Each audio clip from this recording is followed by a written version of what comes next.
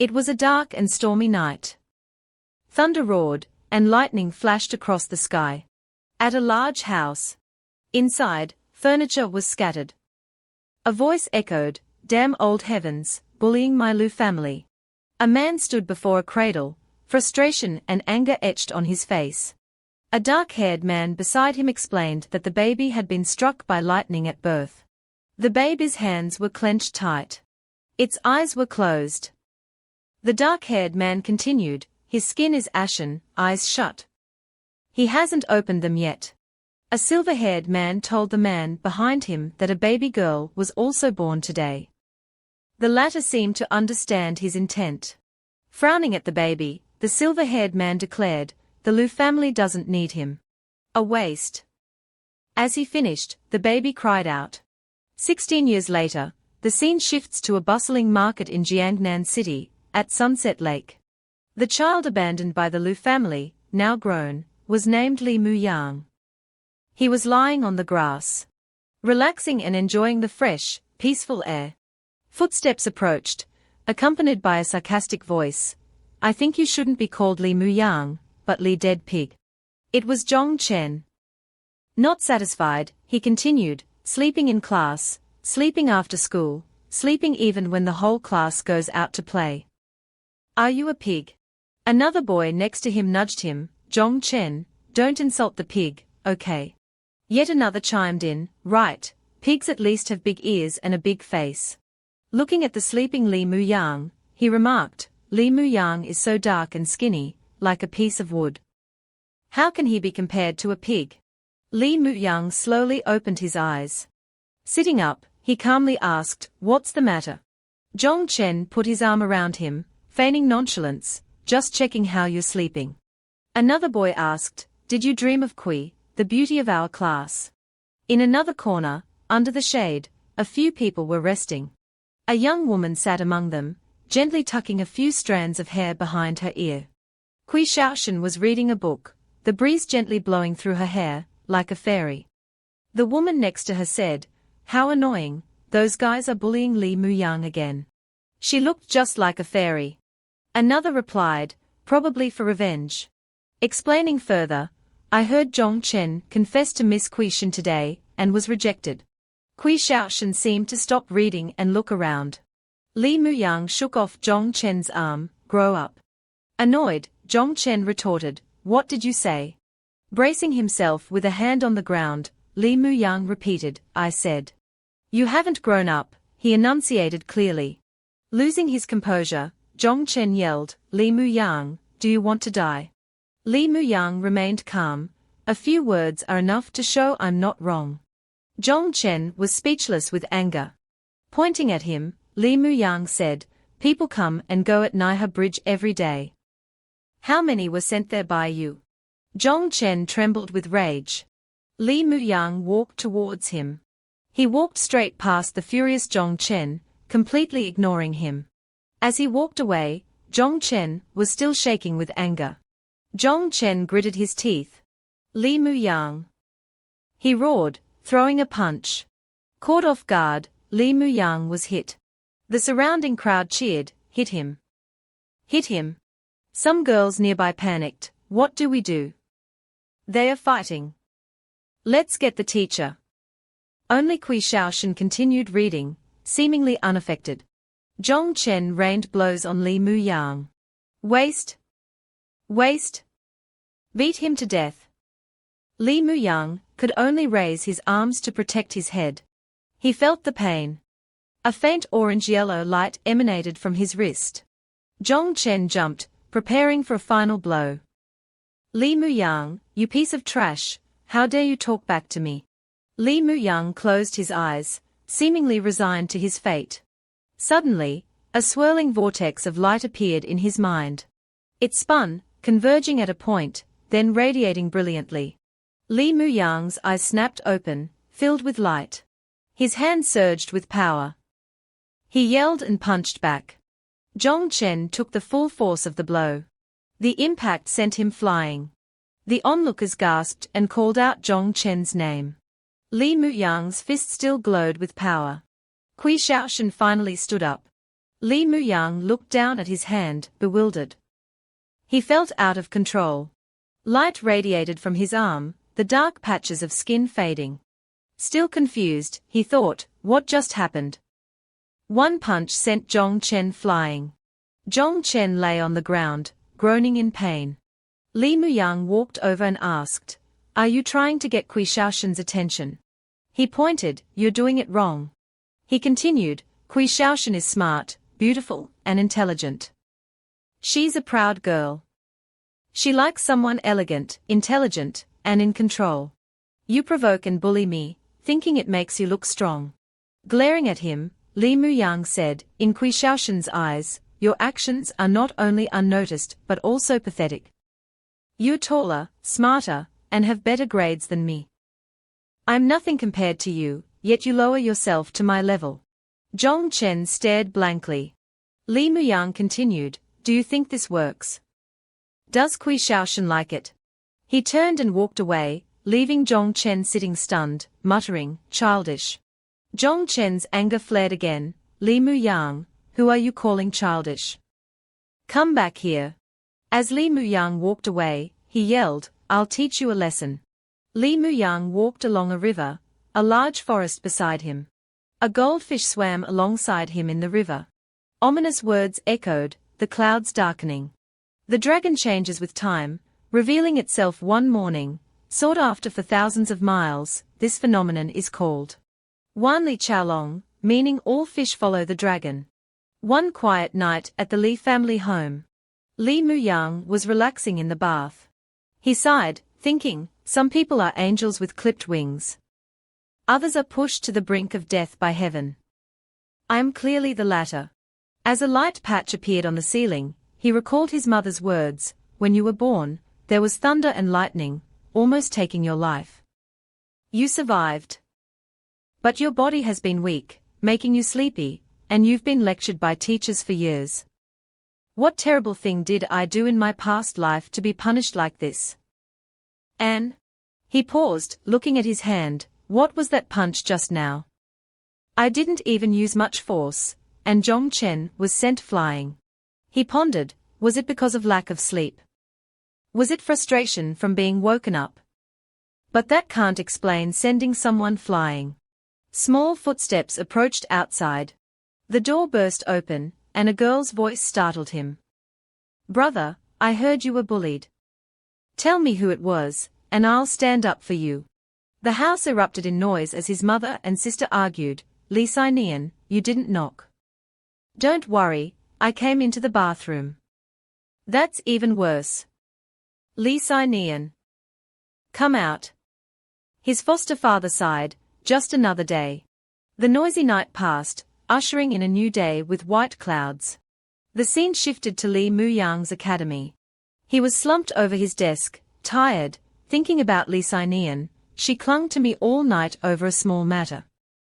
I'm so sleepy." A hand slammed down on his desk. It was Zhong Chen, yelling, "Li Muyang, how could you be so despicable?" Too tired to argue, Li Muyang mumbled, "Despicable. Every day I just try to sleep.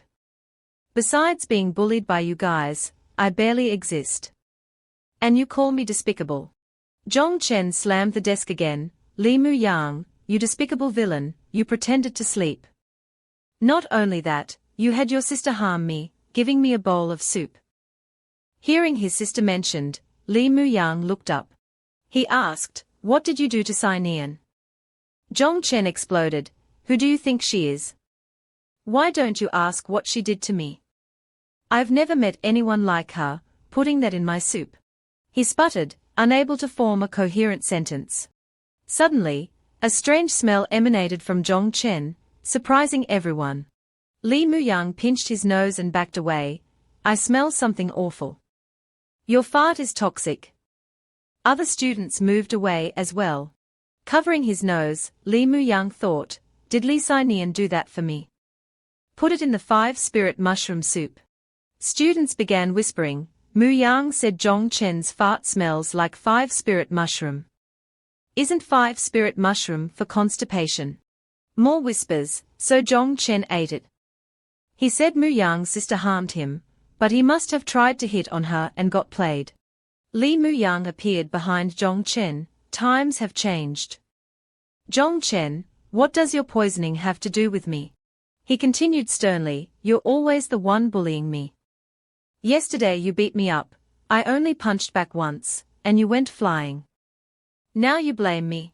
Losing ground, Zhong Chen stammered, Li Muyang, don't you dare. Another pair of feet entered the classroom. A woman's voice asked, what's going on here? She crossed her arms, Li Muyang, what did you do again? Calmly, he replied, Teacher Zhao, I didn't do anything. Zhong Chen slammed his hand on the desk, he's despicable. Teacher Zhao's expression remained unchanged, Li Muyang, do you think I'm blind? If you didn't do anything, why is Zhong Chen like this? Zhong Chen says you're despicable, so you are. I know what kind of person you are. You say it's not related, who can prove it? Li Muyang remained silent. The other students, who witnessed everything, just looked at him. He tried to defend himself, Teacher Zhao, I think you have some misunderstandings about me. She interrupted, misunderstandings. I don't know what kind of person you are. Your grades are terrible, all you do is eat and sleep. It's strange, your parents waste money sending you to school to sleep. Teacher Zhao's voice rose, if you like sleeping so much, go home and sleep. That way no one will scold you, and you won't waste your parents' money. Get out. Li Muyang gritted his teeth, about to speak. Before he could say anything, she yelled, out. And pointed at the door. Kui Shaoshan appeared, addressing the angry teacher, Teacher, you're wrong. You should apologize to Li Muyang. Teacher Zhao softened slightly, forcing a smile, Kui Shaoshan, why are you speaking up for him? This doesn't concern you. Sit down. Kui Shaoshan continued, if no one speaks up when a student is wrongly accused, there will be no justice. Li Muyang turned to look at her, as she continued, Zhong Chen slammed the desk in front of Li Muyang, disturbing the class. Li Muyang didn't do anything to him. She closed her eyes, as for why Zhong Chen is like this, you can ask him. Teacher Zhao stared at her, bewildered. Calming down, she said, of course, I understand, Shaoshan. Sit down. Zhong Chen, you sit down too. Turning to Li Muyang, she pointed, Li Muyang, stand outside as punishment. Kui Shaoshan started to protest. Li Muyang stopped her, Kui Shaoshan, it's okay. I'll stand outside, I can sleep. It won't waste everyone's precious time. He turned and walked out. Smiling, he said to Kui Shaoshan and the class, good luck on your exams. He walked out of the academy alone. He sighed, I shouldn't let Kui Shaoshan clash with the teacher because of me. Making a big deal out of this benefits no one. I can't affect her future. A hand stopped him. It was Kui Shaoshan. She had followed him outside. Teacher Zhao followed, Kui Shaoshan, what are you doing? Pulling Li Muyang's hand, Kui Shaoshan told Teacher Zhao, tutoring Li Muyang. The scene changed. Li Muyang looked worried. Kui Shaoshan calmly sipped her tea. He asked, Kui Shaoshan, you really want to tutor me? Kui Shaoshan put down her cup, if you don't value yourself, how can others value you? If you don't respect yourself, how can others respect you? Looking at him seriously, she said, I know you're not stupid. If you put in a little effort and stopped sleeping in class, your grades wouldn't be like this. The teacher wouldn't be prejudiced against you. Your classmates wouldn't feel burdened by you. He asked, don't you blame us for burdening the class? Kui Shaoshan didn't hesitate, of course, I do. If it weren't for you, our class would have been first in the grade several times. Why do you think Teacher Zhao is so angry? Don't you think it's irresponsible for a boy to be so listless and sleepy all the time? Looking at her, Li Muyang thought, she's scolding me for lacking ambition, but she's clearly concerned about me. Besides my parents and Sinian, no one has ever treated me like this. He looked down. Do you know why I'm like this? The sky was clear, clouds drifting lazily. 2 cups of tea were filled. Li Muyang told Kui Shaoshan about his birth. After listening, she asked incredulously, "You mean you were struck by lightning at birth? And that's why you're like this?" He chuckled, "Hard to believe, right? I can't accept it myself." He added, "Kui Shaoshan, I appreciate your kindness, but I can't burden you. My sister tried to tutor me, to improve my grades, but she failed." She regained her serious expression, taking another sip of tea. "I refuse to accept that. Don't think you'll affect my studies. I'm prepared. I will get into Shifeng University." He stared at her, disbelief in his eyes. He smiled brightly, "You're serious? Thank you. Let's work hard together." A figure carrying a plate of fruit entered. From behind them, a person walked in, carrying a colorful plate of fruit. He set the plate down. "Miss, here's the fruit you ordered." Kui Shaoshan thanked him. Li Muyang was puzzled. "Fruit? Did we order fruit?" The man behind them looked dangerous. He pulled out a knife. A sinister, triumphant smile spread across his face. He looked like a killer. Both Kui Shaoshan and Li Muyang were startled. He slammed the knife down, shattering the table with a loud crack. Li Muyang dodged to the side. Kui Shaoshan quickly retreated to safety. He laughed, his eyes completely white, truly menacing. His target was clearly Kui Shaoshan. He lunged at her with the knife. She narrowly dodged the attack. He was incredibly fast. Li Muyang cried out, "Kui Shaoshan!" He rushed forward, trying to pull the attacker away.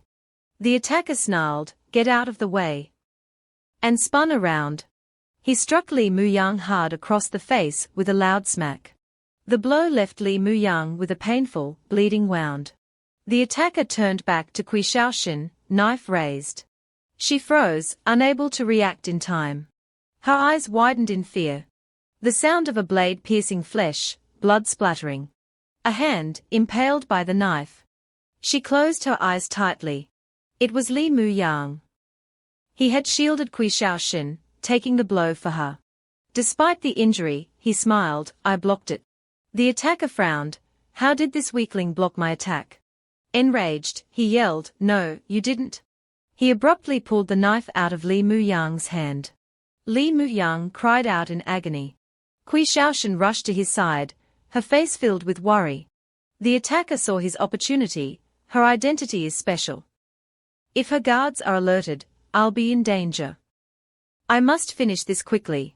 He grinned, "No one can save you now." He swung his blade, unleashing a special technique. Flower slash. Pink and white light flashed. Li Muyang reappeared, grabbing the blade, grinning, "I blocked you again." The attacker was shocked, he even blocked flower slash. Who is this kid? He thought. Jiangnan City has stood for thousands of years, always prosperous, because it hides dragons and crouching tigers. His eyes widened. Could this useless kid be the disciple of a hidden master? A teacup flew towards him, striking him in the face. Kui Shaoshan had thrown it with precise aim. Li Muyang asked, "Kui Shaoshan, are you all right?" She nodded, "I'm fine." She glared at the smoking attacker, thinking, someone sent an assassin after me.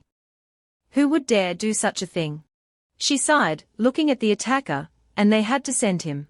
Smoke billowed, revealing his true form. A crow mask appeared from the smoke, its eyes glowing red. White hair emerged, Black Crow, one of the Empire's top 20 assassins. His knife extended, Black Crow asked. His sword materialized, his form solidified. Both radiated a new aura. He gritted his teeth, "I'm dead." Muyang shielded Shaoshan, both sides staring each other down. He kept his eyes on the assassin, his thoughts urging her, "I'll hold him, run." She thought, "Behind me. This idiot, still worried about me at a time like this." Black Crow lunged at them with lightning speed. He leaped high, aiming for Muyang. "Try and block this, boy." "I won't." Muyang roared. "Let you," he channeled energy, strange scales appearing on his arm. "Hurt her." They clashed, the impact tremendous. The explosion rocked the room, sending furniture flying. They shifted, clashing again. Muyang's fist struck the sword, cracking it with a sickening crunch. Black Crow was aghast. How is this possible? Muyang focused his power, yelling. He landed another powerful blow. The immense force sent the assassin flying. He cried out in pain. Black Crow slammed into the wall, creating a large hole. He braced himself, unable to stand. He stared at Muyang, unsure what monster stood before him. Muyang exuded dominance, strange black scales covering his arms, his power overflowing. Shaoshan worriedly called out, "Li Muyang." He glanced back, his eyes still blazing with power. Shaoshan wondered what had happened to him. Her thoughts were interrupted. "You fool." Black Crow floated, surrounded by a faint purple light. He snarled, "Forced to use this by trash like you, how humiliating." He spread his arms, a strange door-like marking appeared on his back. Muyang, though confused, knew he had to stop him. The door slowly opened. Red-eyed crows poured out, scattering. More and more crows filled the air around him. "Die, you worthless wretch!" he screamed. He gestured, sending the crows swarming towards Muyang and Shaoshan. Muyang was caught off guard. The crows, filled with killing intent, descended upon him. He raised his arms to shield himself. The crows' erratic flight and cawing were intensely disorienting. They formed a swirling vortex, engulfing him. Their sharp beaks pecked relentlessly at him. He thought, "This is it." The crows enveloped him completely. Darkness surrounded him, he felt powerless, numb. Am I dead? Outside, the sky was painted with a beautiful sunset. A dragon's claw slammed into the ground, a roar echoing, "Insignificant humans." The black dragon coiled around buildings and the academy, roaring its defiance. Soldiers below stared in disbelief. All were awestruck by the black dragon. Blood for blood. It roared, unleashing flames upon the soldiers. None escaped. The flames subsided, the dragon felt a conflict within. Is this me? It soared into the sky. Its scales mirrored those on Muyang's arm. Inside the house, the crows still swarmed. Black Crow hovered, laughing triumphantly. Suddenly, he noticed something and looked down. A bright light erupted from within the swarm, scattering the crows. An explosion blasted the crows away, leaving them battered. Black Crow was shocked. Pink light. He still has strength to fight back. He looked at himself. His body was fading. Who is this guy? He fled into the door. I'll let you live today. Looking back, there will be a next time. Next time, Muyang, you will fall. The door slammed shut, Black Crow was gone. Muyang reappeared, back in human form. He sighed in relief. Shaoshan rushed over. Li Muyang, are you all right?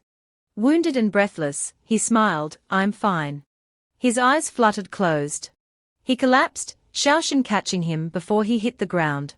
Muyang lay in bed, restless and sweating. His golden eyes opened slowly.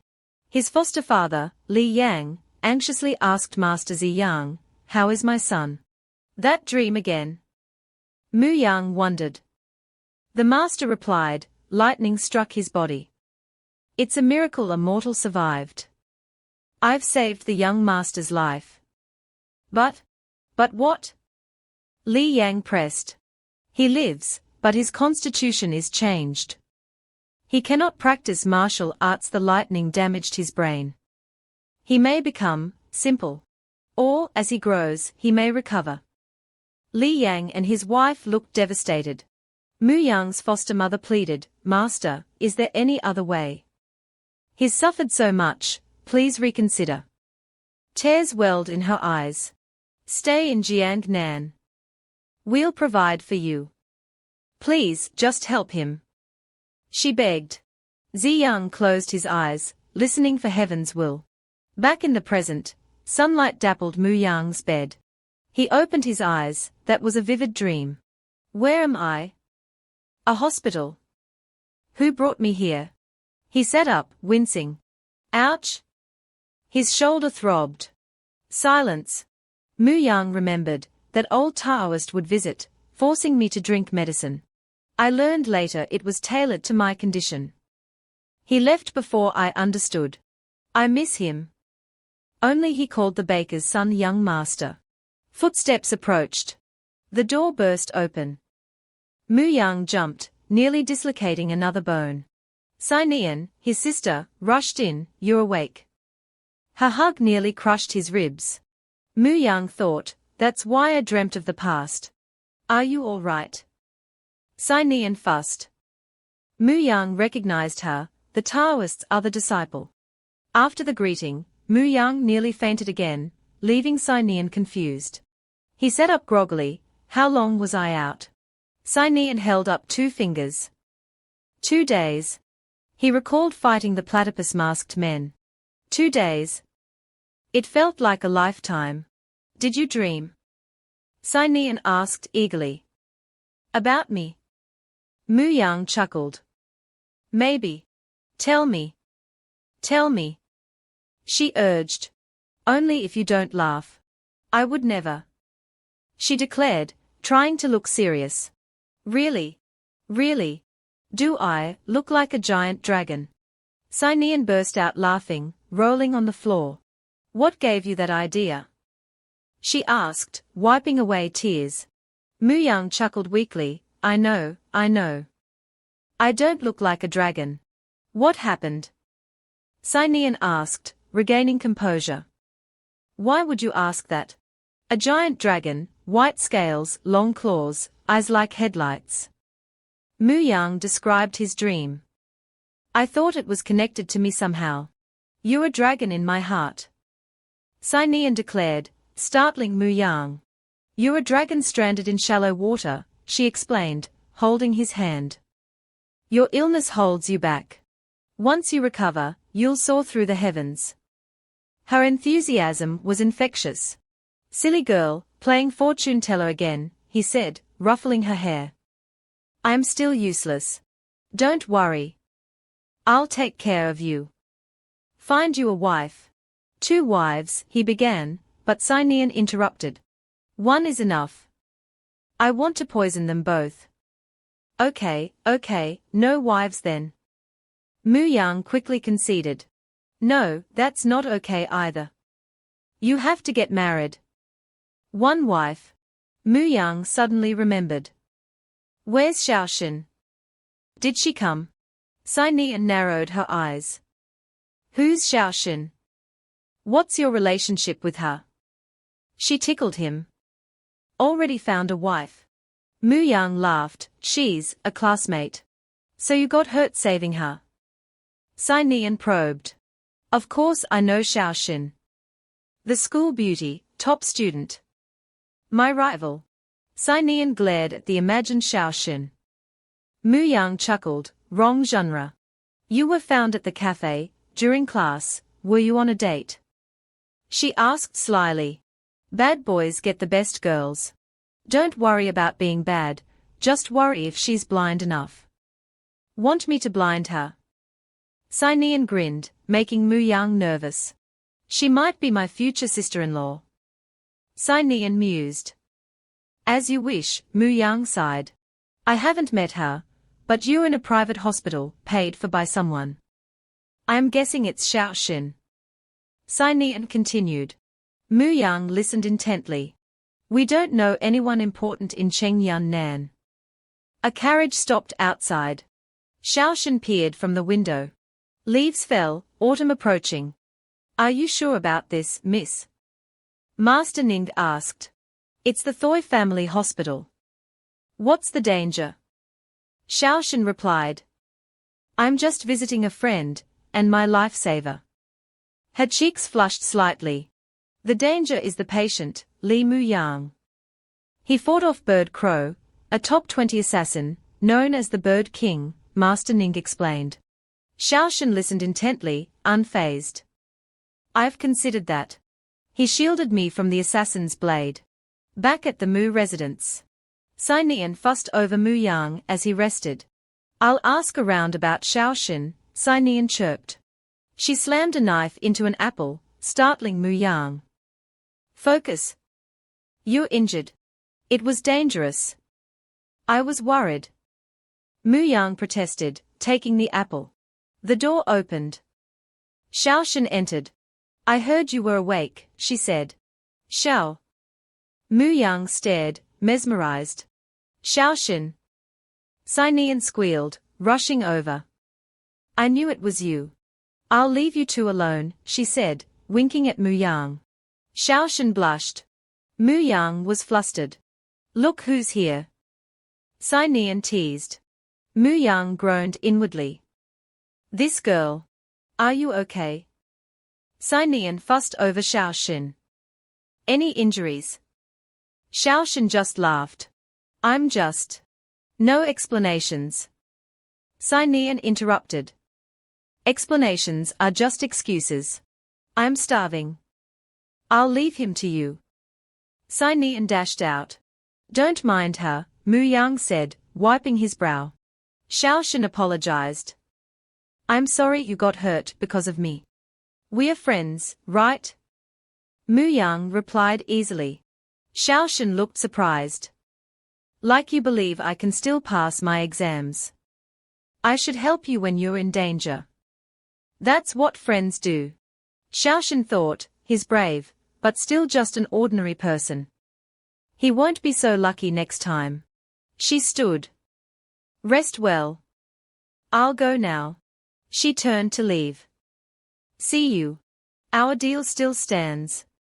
Muang asked suddenly. Xiaoshan stopped. You said you'd help me study. I want to go to Shifeng University, for the sunset. Xiaoshan turned back. Let's work hard together then. The next day. Sinian burst in. Did you miss me? Muang and Xiaoshan were studying. From these three perspectives. Sinian pouted. Just a moment. I'll play with you later, Muang said. Sinian ran off. Xiaoshan looked surprised. Xiaoshan has been helping me study every day, Muang explained. I'm sleeping less, thinking faster. I understand everything she teaches me. The only problem is. You're neglecting me. Sinian complained. Make it up to me. Okay, Muang chuckled. Just let me study. What happened to you? Sinian asked, touching his face. Your skin. Did you get a facial? I'm studying. Muang protested. He's bullying me. Sinian wailed. A gasp interrupted them. 11 solutions. Xiaoshan asked, stunned. Too few. Muang asked innocently. Xiaoshan was reeling. I only know 2, he's a genius. This is absurd. A month later. Muang, recovered, strolled through the school grounds. Finally out of the hospital. Slow down, dummy. Sinian called. Brother. Did you miss me? Sinian chirped, running alongside. Muang and Xiaoshan were walking seriously. Using 3 approaches. Sinian huffed.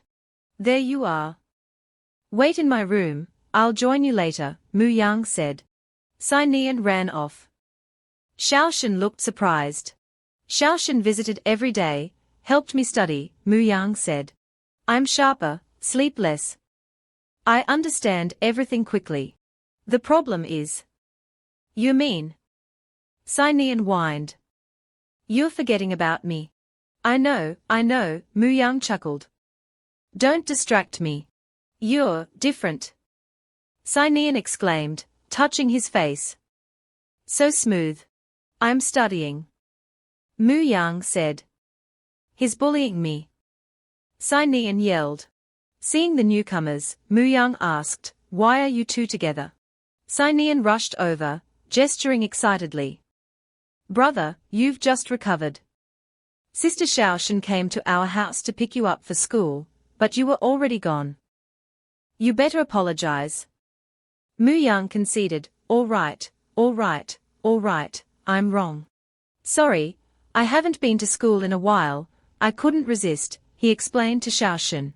She calmly replied, it's okay. Our class has a practice exam today, let me see the results of your recent studies. All right, Muang agreed, only to be teased by Sinean. Silly brother, are you love-struck? Note, he becomes silly when he sees a girl, goes crazy when he's around a girl. Exam time. Muang concentrated, frowning in determination. He smiled, pleased to have completed the practice exam. This time, I'll definitely get a good result. Teacher Zhao's voice boomed, Li Muang. Still trying to sleep. In my class. He froze. This is a classroom, not a bedroom. Hand in your paper and go take a nap outside. Muang thought, I always slept in class before, it's understandable that Teacher Zhao has a problem with me. He gathered his papers. Other boys snickered. Li Muang is getting scolded again. Teacher, here's my paper, Muang offered. Teacher Zhao scrutinized it, looking for flaws. Her expression froze. Li Muang, she glared at him. You dare cheat. She flung his papers into the air. Muang was still processing. Cheat? His eyes hardened. Li Muang, explain yourself. What's going on? Muang remained calm. Teacher Zhao, I don't understand. You finished the exam in less than half the time, with perfect scores. Shouldn't you explain this to us? Muang was startled. Perfect scores. He looked towards. Xiaoshan calmly thought, I expected Li Muang to improve, but today's exam was specially chosen by Teacher Zhao. Even I felt some pressure. He finished it so quickly, and with perfect scores. But this might not be a good thing for him. No way. He finished and got everything right. How's that possible? I'm not even halfway done. The students murmured. Are you kidding me? With his grades. Even if he cheated, he should have gotten some wrong on purpose. No experience at all. The students mocked someone they didn't truly know. See? Your clumsy tricks not only failed to deceive me, but you couldn't even fool your classmates. While I still have some patience, explain yourself. Teacher Zhao ordered. Teacher Zhao, your student has improved, aren't you happy for him? Xiaoshan intervened. Teacher Zhao retorted, if he improved through hard work, of course I'd be happy. But if he achieved this through cheating, I'm not only disappointed in his attitude towards learning, but also in his character. A student like this is truly hopeless. I'm ashamed to have such a student. Muang clenched his fists, trembling with anger. He thought, her words are like daggers to my heart. If this were the old Li Muang, I would have crumbled. Li Muang, pack your things and go to the discipline office. Teacher Zhao resumed the class, urging the other students to continue. Teacher Zhao, Muang called out, stopping. Yes? She replied impatiently. Even if you suspect me of cheating, you should verify first. Yet, you made these baseless accusations. His voice wavered with anger. Do you know your words are killing me? Li Muang, do we still need proof? Don't you know your own past performance? Don't your classmates know? A few days of absence and you perform like this. Do you think you're a genius? You want proof? Muang held out a piece of paper. Then I'll give you proof. He placed another sheet of paper on the desk. With remarkable speed, Muang began writing. Teacher Zhao could only watch. The boys who were mocking him earlier were stunned. In contrast to their surprise, Xiaoshan smiled serenely. He finished writing. Muang, still focused, reviewed his work. Teacher Zhao thought, under everyone's gaze, he's redoing the exam, and even faster than me. Teacher Zhao, Muang said, gathering his papers. I know redoing the exam won't erase your prejudice, you might even think I memorized the answers. So, I used a different method this time. Please check carefully and see the difference. He presented his work, challenging her to apologize. Muang looked the same, perhaps his skin was smoother and brighter, but his appearance hadn't changed much. However, his words and demeanor were different, exuding a new confidence. Teacher Zhao was speechless, taken aback by his assertiveness. She took his papers. She carefully compared the two versions. She thought, 2 exams, 2 methods, both equally brilliant, both perfect. Li Muyang really didn't cheat. Her face paled. She stammered, not bad. You clearly didn't cheat, Li Muyang. Your progress is remarkable, keep it up. She quickly dismissed him, embarrassed. Go back to your seat, the others need to continue. Teacher Zhao, he called out sternly. What? She asked, sweating. Is he going to push it? You've been teaching for so many years, you've never apologized to a student, right? Her pride wounded, she retorted, what do you mean? Do you want me to apologize in front of everyone? I didn't cheat, Muyang stated simply. And as for you, Teacher Zhao, whether you apologize or not, the students watched intently. I won't accept it, he declared boldly. Muyang turned and left. Xiaoshan watched him go, thinking, when a student, full of hope and dreams, tries to prove himself, only to be accused of cheating in front of everyone, it's like killing him. How many innocent youths have their lives ruined by a teacher's words? But I believe this setback won't defeat him. Muyang walked resolutely. Purple floral shoes approached, light as a feather. Yet, Muyang heard them. He reacted quickly. You shouldn't be here. I've submitted my paper. Muyang urged her, it's always better to learn more. The teachers will highlight key exam points, you'll miss them if you're not there. Don't let my situation affect your university entrance exam. Xiaoshan firmly replied, I said, I'm prepared. I will get into Shifeng University. What are you going to do next? I plan to self-study at home, Muyang replied. Even if I stay at school, I won't learn much. Teacher Zhao suspected me of cheating today, next time it'll be Teacher Chen and Ms. Khng. What am I supposed to do? It's better to study peacefully at home and focus on the actual exam. I'll help you, Xiaoshan offered, surprising Muyang. I admit, your learning ability is amazing. But your foundation is weak, it's impossible to catch up on everything. Only I can help you with the most important things in this limited time. Kui Xiaoshan Muyang said her name softly. She tucked her hair behind her ear. I have my reasons. I hope you can get into Shifeng University with me. Evening approached. Muyang's adoptive mother was tidying up. His adoptive father sighed. I went to the school today to request a long-term leave for Muyang. Starting tomorrow, he can study at home. That girl came again today. Are they dating? Unlike her husband's suspicion, Muyang's adoptive mother replied cheerfully, that girl is not only beautiful, but also has a good temperament, excellent academics, and a good personality. She comes every day to tutor Muyang, but never stays for a meal. I think it'd be great if they dated. If we don't secure a girl like that, I'm afraid our Muyang won't have a chance later. It's not up to us. He's only our adoptive son. Li Yang frowned. Shut up. His wife snapped. Li Muyang is my son, now and forever. They didn't want him before, and no one can take him from me now.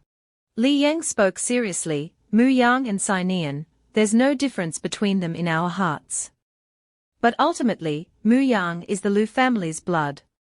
If not for the misfortune in his childhood, the Lu family wouldn't have pulled the switcheroo, exchanging our biological child for Muyang.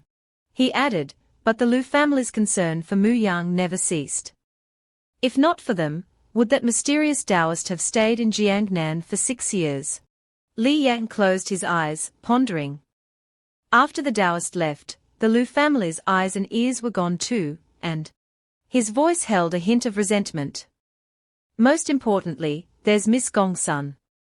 She didn't understand what happened before. Could it be she still doesn't understand? He looked at his wife intensely. If she comes demanding him back, will you give him up? Luo Chi's expression faltered, her eyes filled with conflict. She choked back tears. The Miss She's had a hard life. Li Yang embraced her.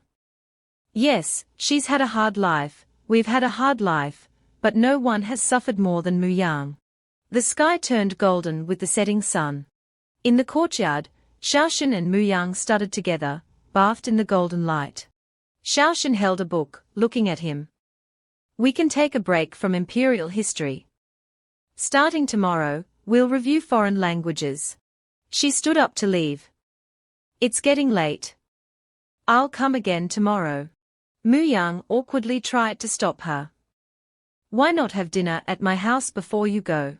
Xiaoxin smiled, declining. No need, my family is waiting. I can't make them worry. You don't have to see me off, studying is your priority. She turned and left. Muang watched her go. Suddenly, Luo Qi and Sai Nian appeared. Silly boy, why aren't you seeing your classmate off? Sai Nian chimed in, yeah, silly brother. He jumped, startled. Muang ran after Xiaoxin. Oh, he called out. Luo Qi and Sai Nian watched him go, sighing. Luo Qi lamented, this silly son of mine, I wonder if he'll ever find a wife. Sai Nian replied, don't worry, Mom, my brother is the type of person who's blessed by his foolishness. Muang caught up to the carriage. Kui? Xiaoxin looked out the window. See you tomorrow. The carriage departed, its silhouette fading. Muang murmured, see you tomorrow. Luo Qi and Sai Nian appeared beside him, Luo Qi lamenting his foolishness. Sai Nian shook her head. This is my simple older brother. Muang retorted, enough, you too. The sunset intensified. The carriage stopped at its destination. The driver called out, Xiaokui, we are home. Xiaoxin replied, I know. The carriage entered the Yang estate, a grand mansion. A sign read Yang estate. Yang La greeted her. Miss Kui, welcome back. Madam and Master are waiting for dinner. Xiaoxin smiled. Uncle Yang, you're too formal. I'll go myself. Miss Kui, please come in, the sun is setting, he urged. The Yang estate was vast, surrounded by lush greenery. Inside, General Ma and Madam Yang were playing chess. He held a chess piece. Mother, you said your general could cross the river, your cannons could turn, and now you're saying my advisor is a spy, wanting to use it to take my king. Even if I'm your son, you can't bully me like this. The black chess pieces were blocked by red ones. Madam Yang picked up a piece, looking annoyed. I carried you for 10 months, it was hard giving birth to you. Of course I'll bully you when I'm unhappy. She placed a black piece between two red generals. General Ma, fan in hand, smirked. Mother, who bullied you? Tell me their name, I'll break their legs tomorrow. Madam Yang calmly replied, Yang Bai Lai. He froze for 5 seconds. He chuckled awkwardly. Mother, can we change to someone else? That one's a block of steel. I'm afraid I'll be the one injured. Seeing him not taking her side, she glared. I knew you were two-faced. Don't you remember who you crawled out of? General Ma tried to appease her. Mother, we nobles have brains too. How about I help you remember, and we'll get revenge later. Xiaoxin entered. Auntie, don't make things difficult for cousin. She smiled politely. You're asking him to bully his own father. He wouldn't dare even with 100 lives. Madam Yang jumped up, overturning the chessboard. Xiaoxin is back. General Ma tumbled to the floor. Madam Yang pulled Xiaoxin to a seat, her earlier annoyance vanished. Where did our Xiaoxin go today? Did you have fun? Did anyone bully you? She beamed. If any brat dares to mess with you, tell Auntie, I'll have your cousin bully them. General Ma, covered in grass, stood up. Xiaoxin, I heard you've been tutoring a classmate recently. She replied softly, yes, the university entrance exam is coming up. A classmate's grades aren't very good. I want to help them. Madam Yang praised her endlessly. Our Xiaoxin is so kind, beautiful, good personality, good family background. She thought about Xiaoxin returning home in a few months, her voice becoming mournful. In half a year, you'll be back in Chengdu. It's like a piece of my heart is being carved out. General Ma rolled his eyes. Mother, you put on this sorrowful act every day. Aren't you afraid Xiaoshen can't stand it? Xiaoshen chuckled. How could I? I'll miss Auntie too. Madame Yang swatted her son playfully. I knew it, Xiaoshen is closest to me, unlike those heartless Yang family members. Come, let's eat. She led Xiaoshen away. General Ma landed on the floor again. He sighed, watching them go.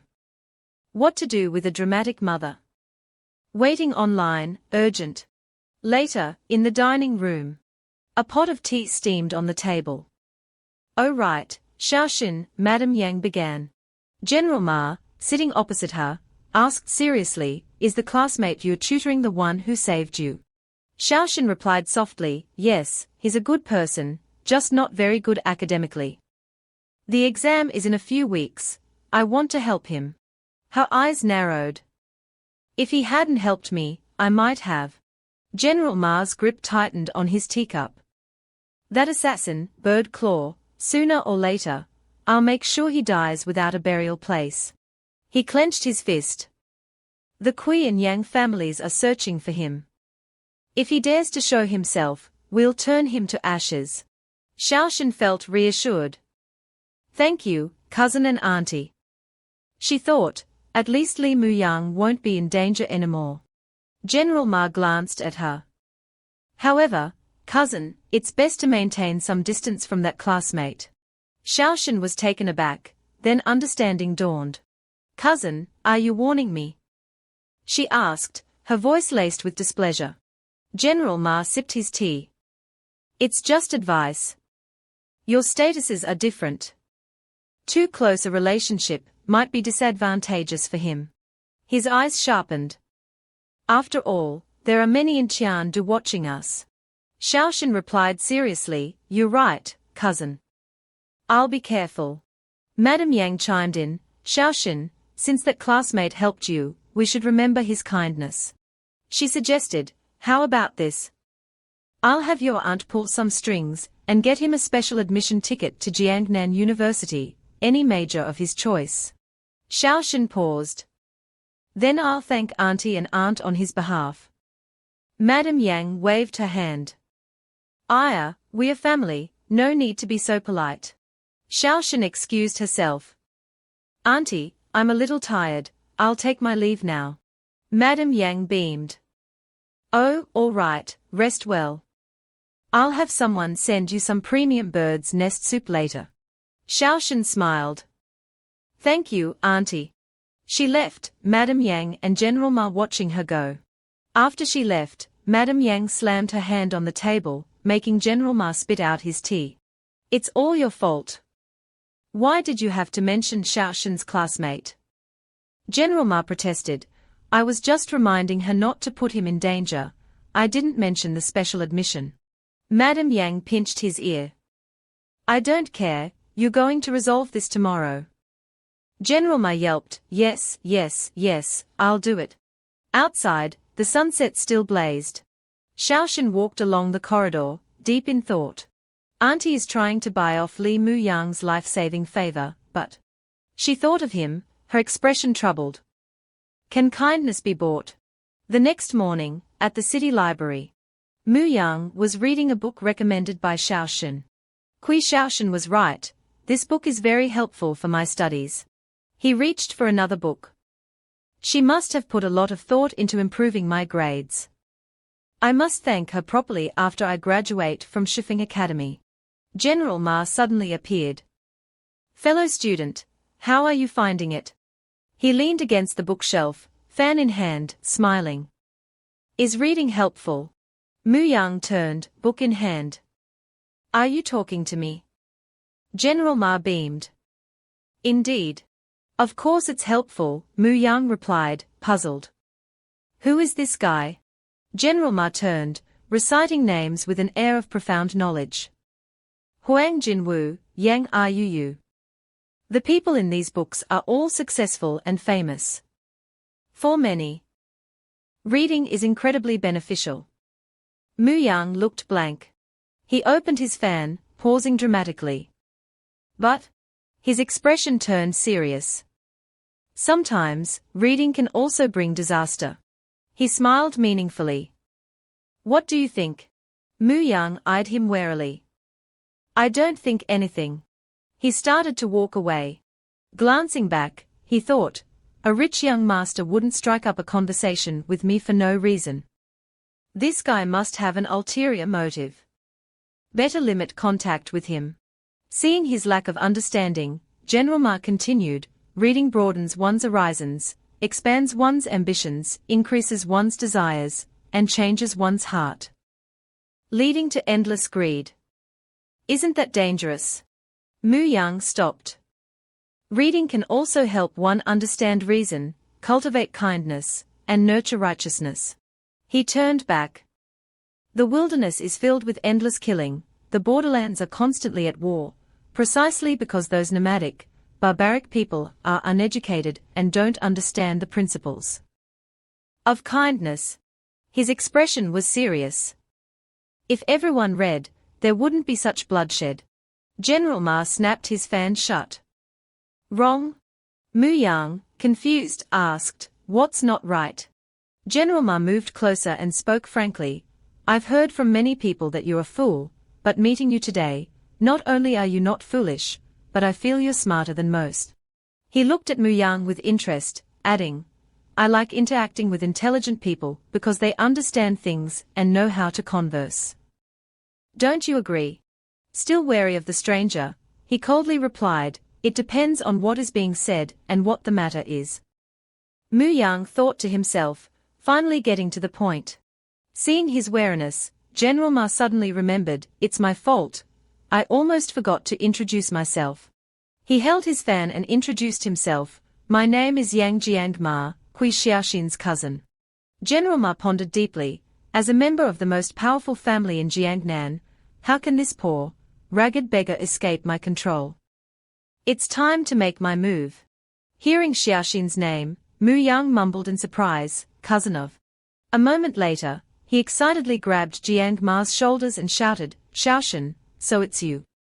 Muyang's sudden change left Jiang Ma bewildered. No longer wary, he amiably took Jiang Ma's shoulder. Come to my house for tea. It's right by the harbor, just a short walk. Seeing his friendliness, Jiang Ma angrily shook off his hand and snapped, wait, what are you doing? Who's so close to you?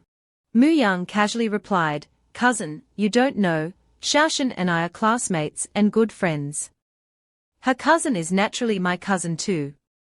If I don't invite you home for tea, my parents will scold me for being impolite. Jiang Ma was confused, unable to understand his thinking. Her cousin is naturally your cousin. Don't you think that implies something else? He moved towards Jiang Ma, let's go. It's very hot today, we have watermelon from Shuibing town at home. Jiang Ma instinctively backed away, damn it. I'm telling you, don't touch me, I hate being pulled around. Their voices echoed throughout the mansion, let's go, hey, why isn't he acting normal? I said no touching. Only rinds remained of the watermelon slices.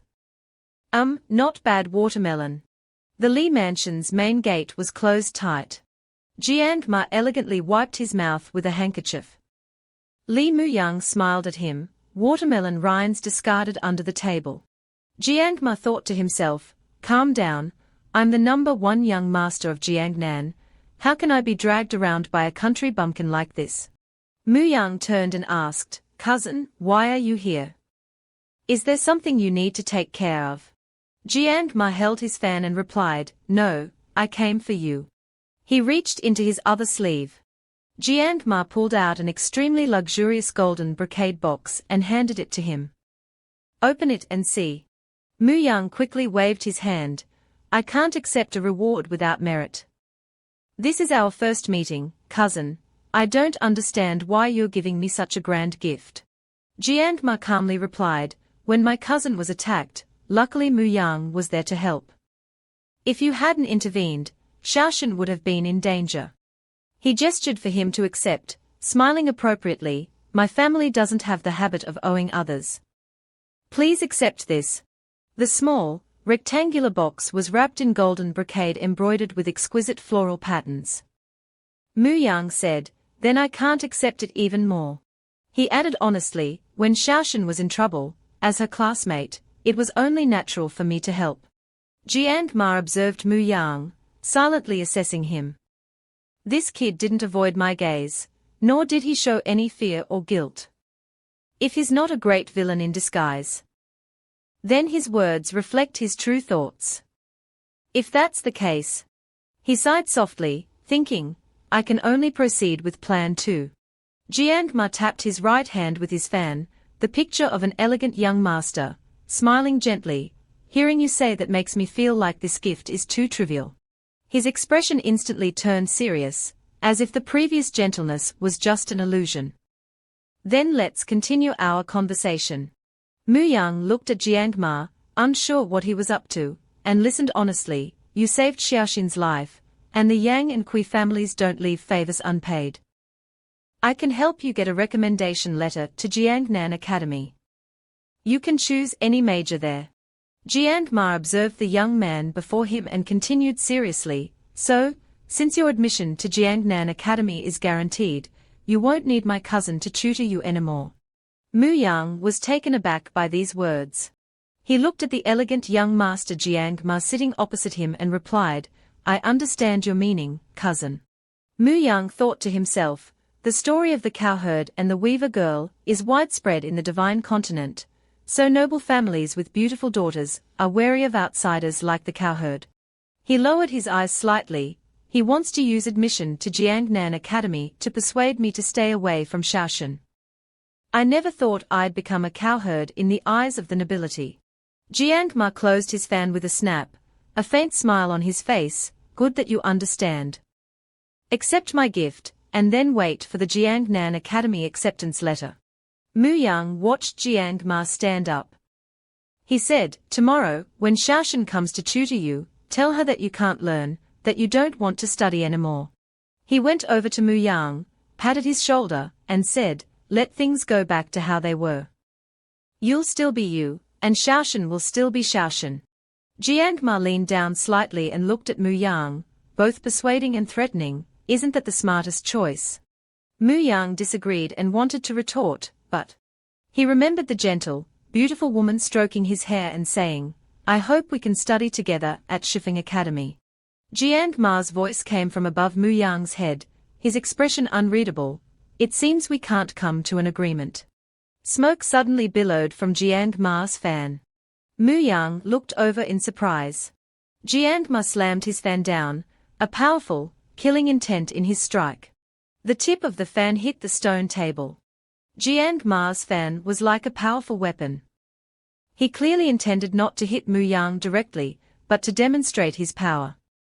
He asked, almost stating a fact, a frail, sickly person like you, if I were to hit you with this, I'm afraid all the tendons and bones in your body would shatter. A gentle, handsome face, but with extremely cold eyes, brooking no dissent. I, Yang Jiang Ma, can't do such a thing. So Muang, know your place. Peace and harmony, how wonderful. Muang looked at Jiang Ma's fan, still radiating an aura that clearly showed how much force he had used, and couldn't help but think to himself. He looked at his own hand and thought, I want to try too. Muang gripped the edge of the table. He gritted his teeth and exerted force. His fingers pressed a dent into the stone table, as if it was something soft, the force so great that it was clearly visible. Muang strained and broke off a large piece of the hard stone table. Seeing this, Jiang Ma's face immediately changed.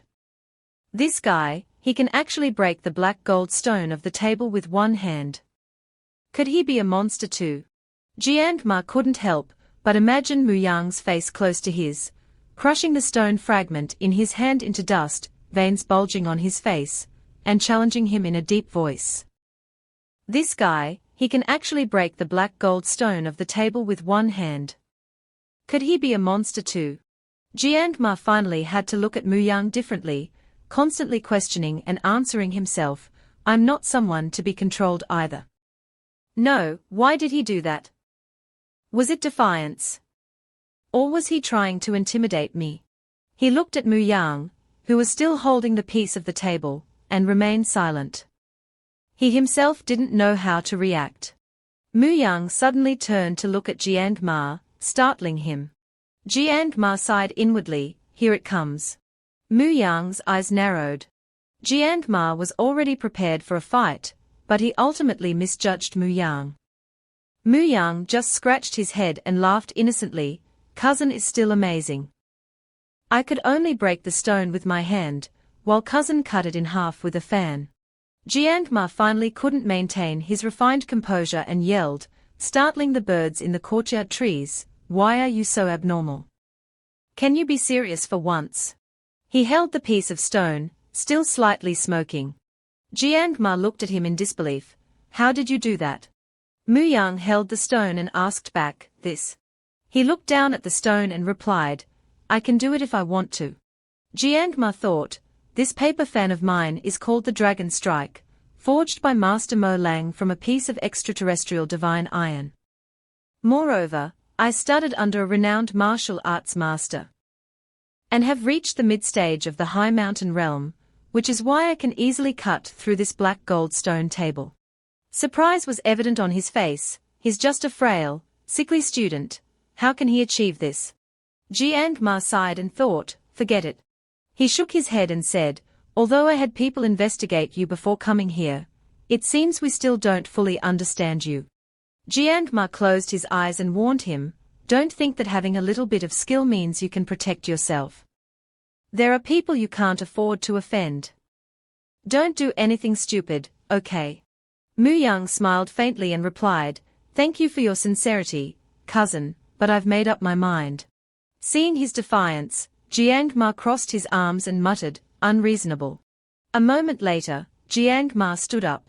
He pointed at Muang and warned seriously, I'm telling you, as the most notorious prodigal son in Jiangnan City, I'm capable of anything for Xiaoxin's safety. With that, Jiang Ma turned and left, waving, I'm leaving. Muang glanced at the broken corner of the table, a thoughtful expression on his face. He touched the corner and said, it's cleaner to cut with a fan. Muyang's hand brushed against the rough edge of the table. A sharp pain shot through him. He quickly withdrew his hand, groaning in pain, ouch. Muang brought his hand to his cheek and stared at it. There was a small scratch on one of his fingers, blood oozing from the cut. Suddenly, a moment later, the scratch disappeared without a trace. Muang looked at his healed hand in astonishment, thinking in confusion, what just happened? Where's the wound? From afar, Xingyang skipped in, singing and dancing, little birds say good morning. Why do you have dynamite strapped to your back? I am going to burn the school. The teacher doesn't know. If they know, I'll run. She suddenly stopped and looked over. Seeing Muang and the table, Xingyang pointed and exclaimed, ah, that scared me. Xingyang hopped up and down when she saw the broken table, shouting, stupid brother, isn't this your and Sister Xiaoxin's study table? Why is it like this? He turned and replied awkwardly, I'll say it was struck by lightning, do you believe it? Xingyang, of course, didn't believe him, how is that possible? How could such a good table be struck by lightning? Left with no other choice, Muang confessed, honestly, I broke it with a notebook. His words were even less believable. Xingyang yelled angrily, do you think I'm an idiot? I'd rather believe it was struck by lightning. The sun began to set. Jiang Ma stood silently before the stone table. He looked down at the tabletop. Jiang Ma lightly touched the table. Then, he pressed all 5 fingertips down. His eyes focused, concentrating his strength into his fingertips. His eyebrows furrowed. The next moment, a loud bang echoed, boom. The stone table shattered. A surge of power enveloped Jiang Ma, swirling and whooshing. He suddenly froze. A voice appeared and said, Jiang Ma's progress is remarkable. This blazing flame fist has reached the mid-stage of the high mountain realm. Just another half year, and it will reach the high stage. The newcomer was Master Ning. He continued, then, you'll be the first of the younger generation in Jiangnan City to reach the martial realm. Seeing that it was Master Ning, Jiang Ma respectfully clasped his hands and humbly said, Master Ning, aren't you accompanying Miss Shaoshan to Yongkang Temple for Buddhist worship? Master Ning smiled and said, Miss Shaoshan saw that the guards were tired from days of duty and wanted me to rest in the mansion. Besides, there are guards accompanying her. Calculating the time, they should be back soon. He asked Jiang Ma, and you, perfectly fine, why are you here in the back courtyard picking up stones? Jiang Ma looked at his hand and said, because he did it. Master Ning was puzzled, what? Who did it? Jiang Ma looked at Master Ning and replied, Li Muyang, the one we call trash. Master Ning was surprised, you're saying the young man, who saved Miss Shaoshan can shatter a stone table with one hand. Dust still lingered around the broken stone table. He said, but Jiang Ma, didn't you also do it? Jiang Ma clenched his fist and said, it's not the same. I used the blazing fire burns the source technique of my family's blazing flame fist, but he just sat there unharmed. And then he effortlessly shattered the black gold stone table. With a serious expression, he asked, Master Ning, don't you find this a bit unbelievable, even terrifying? Hearing this, Master Ning carefully recalled the scene of Muang fighting the Black Crow. He said, last time, when the assassins attacked Miss Shaoshan, I was outside and couldn't get there in time. It was that ordinary-looking Li Muyang, who stepped forward and used his own body to shield. Huh? Master Ning continued, because of this, I warned Miss Shaoshan before that Li Muyang is a dangerous individual. But you know her temperament, once she sets her mind on something, no one can stop her. Master Ning's expression became tense, and I secretly investigated him afterward, but I couldn't sense any trace of spiritual energy from him. It seemed he wasn't a cultivator. So I felt a little relieved. But judging by what you saw today, it seems that Li Muyang is much more complicated than we thought. Jiang Ma closed his eyes and said softly, I initially thought he was just a toad wanting to eat swan meat, like any other ordinary person, so I didn't take him seriously. I even wanted to use an easier method to resolve this. Now it seems things have gone beyond our understanding. He continued, if he's deliberately concealing his strength and constantly buzzing around Shaoshan like a fly, he must have ulterior motives. For us, that's very dangerous. Master Ning turned and asked in surprise, what do you mean? Jiang Ma's face looked contemplative. He said, I warned him, as the most notorious prodigal son in Jiangnan City, I'm capable of anything. Elsewhere, the sky darkened with the appearance of a flock of black crows. The crows were tearing at someone. It was Black Crow, injured and coughing up blood. Drops of bright red blood fell from his mouth to the ground. Black Crow walked with his injured body. He thought, after days of recuperation, I've finally suppressed the internal injuries that Brat inflicted. He replayed the scene of being hit in his direct confrontation with Muang. His face contorted in anger, teeth grinding, that little bastard, I'll kill him. A crow appeared in the sky and flew towards him. The crow landed on his bandaged arm, a letter tied to its leg. Black Crow took the letter and unfolded it. It simply read, Li Muyang. He angrily crumpled the paper in his hand. Black Crow laughed loudly, Li Muyang, true to your name, you're already the lamb of the slaughter. Below him, his shadow stretched, sinister, mysterious, and full of cunning. Dawn broke. In a spacious manner, a pair of slender hands set down chopsticks on the dining table. Kui Shaoshan stood up gracefully, placing her hands in front of her and softly saying, Aunt, Uncle, Cousin, please excuse me. Jiangnan City Lord, Yang Bolai, looked slightly surprised, Shaoshan, why are you eating so quickly? You have exams coming up, you need to eat properly. Ignoring her cousin who was enjoying his meal, Shaoshan said, I've finished, thank you for your concern, Aunt.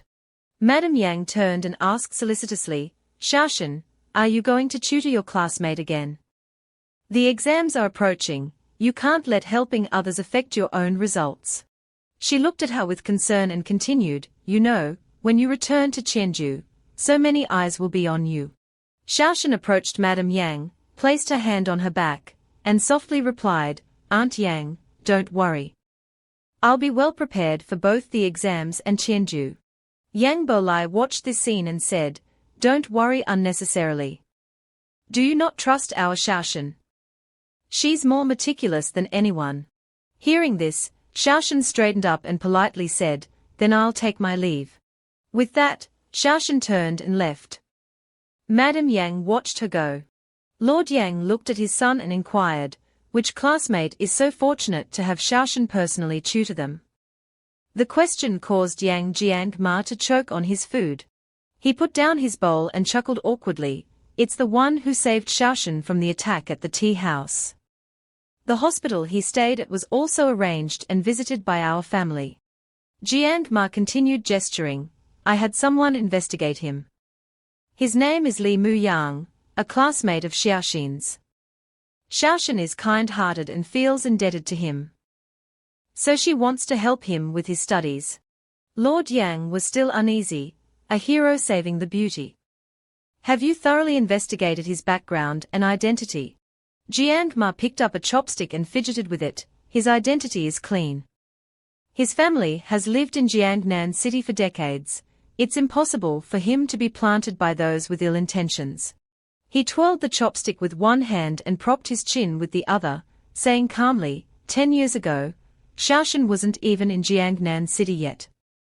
The Kui family had no intention of sending her here." Hearing this, Lord Yang said in a loud voice, "The Kui family has a grown daughter.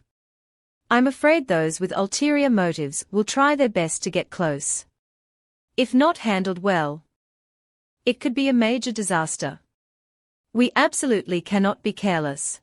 He stood up, looked sternly at Jiangma, and said, "Xiaoshan's matters need to be handled properly. Any spark must be extinguished immediately, otherwise, if the fire spreads, I'm afraid we won't be able to stop it." Lord Yang frowned and looked directly at Jiangma, "Do you understand?" Jiangma lived up to his father's expectations. He stood up and smiled, "Don't worry, father, I'll handle it properly." Hearing this assurance, Bolai's expression relaxed. He turned to leave, saying, "Everyone, take your time eating. I have to go to work." Seeing this, Jiangma quickly stood up, looking for an excuse to leave. "Father, I'll see you off." Before he could leave the table, Madame Yang spoke, "Wait." She sat there and said coldly, "I have something to say to you," making Jiangma feel a shiver of apprehension. Madame Yang opened her eyes, giving Jiangma a sharp look.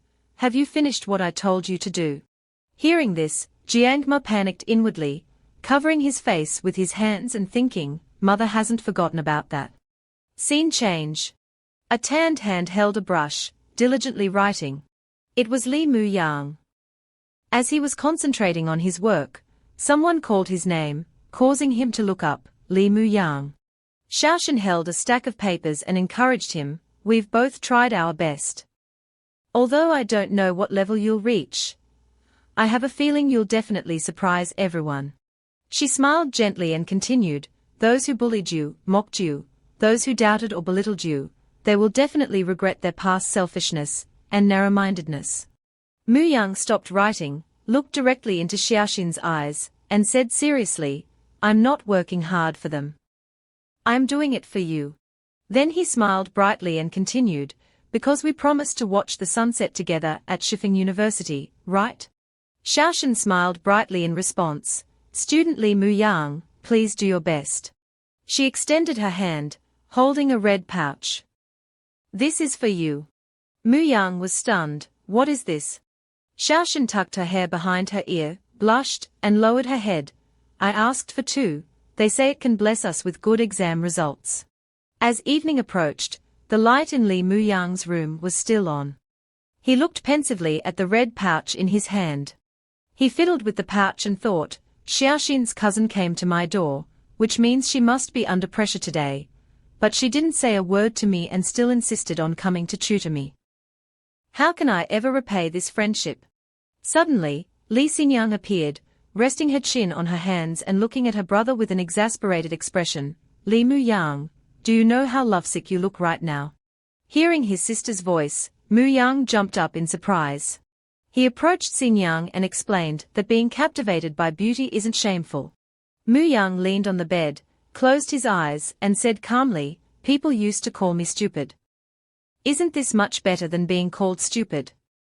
Hearing her brother's nonsense, Xinjiang retorted, brother, my dear brother, do you have any self-respect? Xinjiang spoke as she imagined the closet in her room. Isn't it just a small pouch? You're so excited. Come to my room and see how many gifts I have in my closet. If I were like you, I'd be overjoyed to the point of fainting. Muyang looked back at the pouch in his hand, his eyes full of tenderness. Or is it because I rarely receive gifts that I am so happy? He looked at his sister and said excitedly, Xinjiang, you're quite experienced. Tell me, under what circumstances would you give a gift to a boy? Xinjiang's expression suddenly darkened. She asked in a low voice, Li Muyang, I didn't quite hear what you just said. Muyang seemed oblivious to the change in Xinjiang's demeanor. He still asked cheerfully, I said you're quite. Before he could finish, Muyang sensed something was wrong, causing him to falter. Quite. Xinjiang turned to her brother with a menacing smile, quite what? Go on, it's okay. Xinjiang's expression was strange, I'm your younger sister, you should have more experience in these matters. Why are you asking me? It seemed Muyang realized he had touched a nerve. He stammered, I seem to have made a very serious mistake. Muyang quickly raised his hand to shield himself from his sister's electric gaze and chuckled, ha ha, that's not what I meant. Xinjiang didn't let him explain further and quickly interrupted. Ha ha, that's what I meant.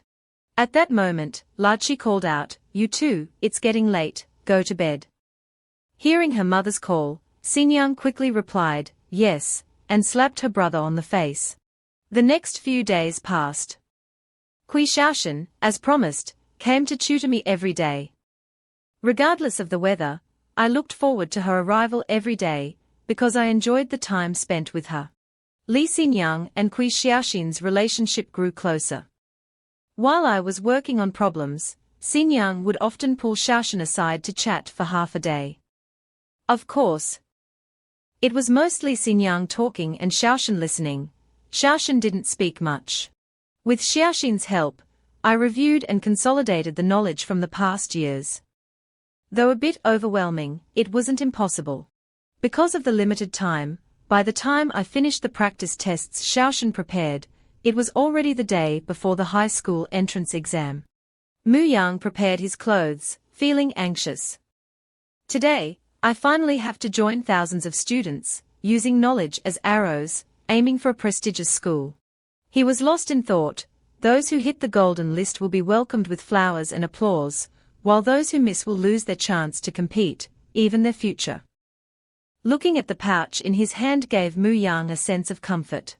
Xinjiang called from outside, stupid brother, it's time for the exam.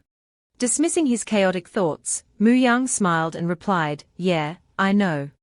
Muyang stepped out, his mother and younger sister waiting for him. Muyang walked over.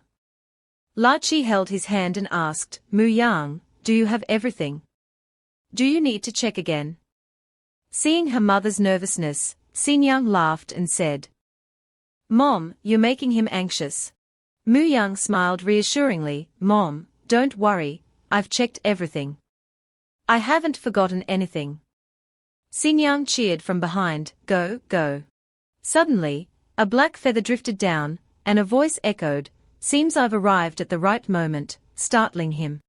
A mysterious figure wearing a crow mask, surrounded by scattered feathers, stood before the family of three.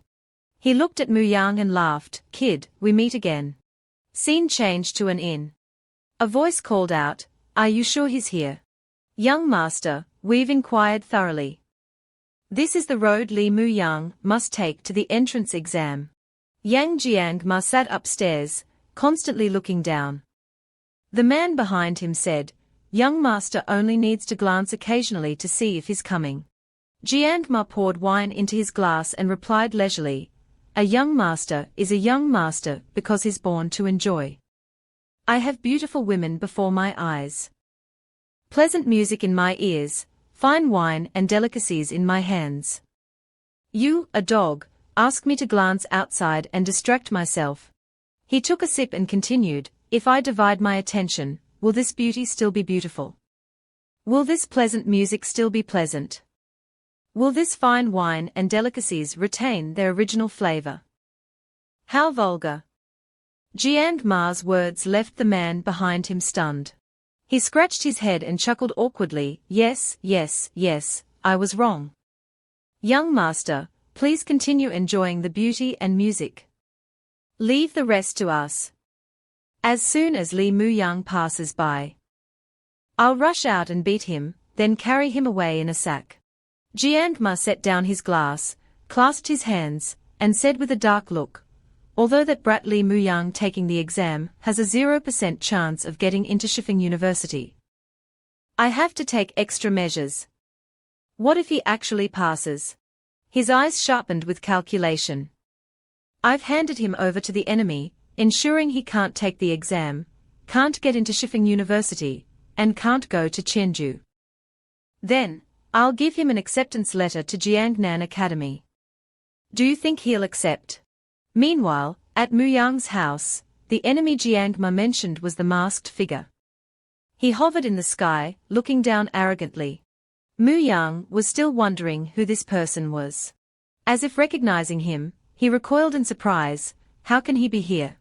La Chi quickly asked, "Who are you? What do you want?"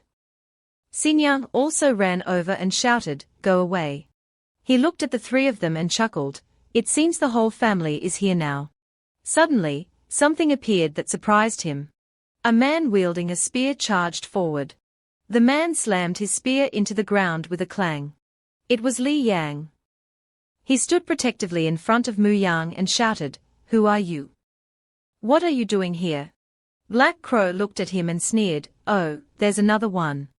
Li Yang didn't want to fight, wanting to clarify why he was here. "We are an ordinary family, with no grievances against you. I think you have the wrong person." Black Crow pointed at Muyang and said furiously, "That brat's life is mine. I want him dead today." Hearing this, Muyang was deeply bewildered. Sparks crackled around Li Yang's spear. He gripped his spear defensively, his eyes sharp. "I'm afraid you'll be disappointed." Black Crow looked at him and exclaimed in surprise, "Heavenly King's spear. Are you from the Lu family of Qianju?" Ignoring him, Li Yang said firmly, "I'm just his father. If you want to kill him, you'll have to go through me first." Muyang finally spoke up, "You'd better leave now. I stopped you last time, and I can stop you again." Black Crow wasn't intimidated. Instead, he gestured wildly, "I went through so much trouble to find you and specifically chose this day, your exam day, to bring you a surprise. How can I leave now?"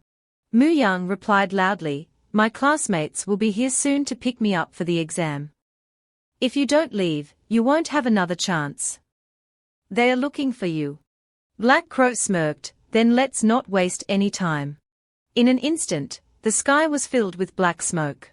A dark figure landed with a loud bang. Black Crow drew his sword and charged towards Muyang. In the urgent situation, Li Yang quickly intercepted, shielding his son. Muyang stood there, still processing what was happening. Black Crow moved so fast he passed right through Li Yang, leaving only the sound of crow caws in his ears. He circled behind Muyang, sword in hand, smiling triumphantly. Muyang still hadn't noticed Black Crow's position. By the time he realized, it was too late. He quickly turned around. Black Crow didn't hesitate, his sword closing in on Muyang's neck. He thought it was his end, but a golden light suddenly struck Black Crow, startling him. He stared wide-eyed at the attacker. The blow sent him spinning. He quickly regained his balance, planting his sword into the ground with a screech. Dust swirled around him. He held his sword defensively, glaring at them. The arm that had delivered the blow lowered. Muyang looked at the person, stunned. It was Xinjiang, now in a defensive stance. Muang cried out in surprise, Xinjiang. Black Crow didn't give up, he became even more frantic. Li Muang, I will have your life. He swung his sword, but just as it neared Muang, something distracted him. He looked back. A streak of golden light, followed by two more, struck him with 3 successive thuds, sending him sprawling. The impacts disoriented him. Black Crow quickly used his sword to stop his momentum. He slowly stood up, looking at the girl before him. She remained in her defensive stance, her gaze firm. Muang called out, Xinjiang. Black Crow finally realized something. So, you can use the crushing fist of the body tempering art. He continued, what is your relationship to Taoist Xiang? Xinjiang didn't hesitate, he's my master. This stunned him momentarily, but he quickly recovered, so you're old Taoist Xiang's disciple. My apologies. Black Crow sneered, but you've only learned a bit of fur. I doubt you can stop me from killing someone, can you? Xinjiang showed no fear, if you dare harm my brother, I dare kill you. Her gaze hardened. She thought, this bastard actually knows Master. That means Master is very powerful. Hopefully, Master's name will scare him away. He twirled his sword casually, killing is an art, not something you can achieve with empty words. He stopped his sword in front of her. Do you realize your voice is trembling? Indeed, Xinjiang's body was shaking uncontrollably. Suddenly, Xinjiang smiled mysteriously. How about we make a deal? Looking at Black Crow, she said resolutely, spare my brother, and I'll give you the body tempering art. This shocked the 2 men behind her. Muang quickly called out, Xinjiang. He looked at his sister, recalling the body tempering art manual, thinking, the body tempering art is the martial art master taught Xinjiang. He repeatedly told her to keep it safe and not let anyone else know about it. How can she trade it with a murderer? Black Crow burst into laughter at the girl's words. He looked at the family of 4, the body tempering art in exchange for that brat's life. It does sound like a profitable deal.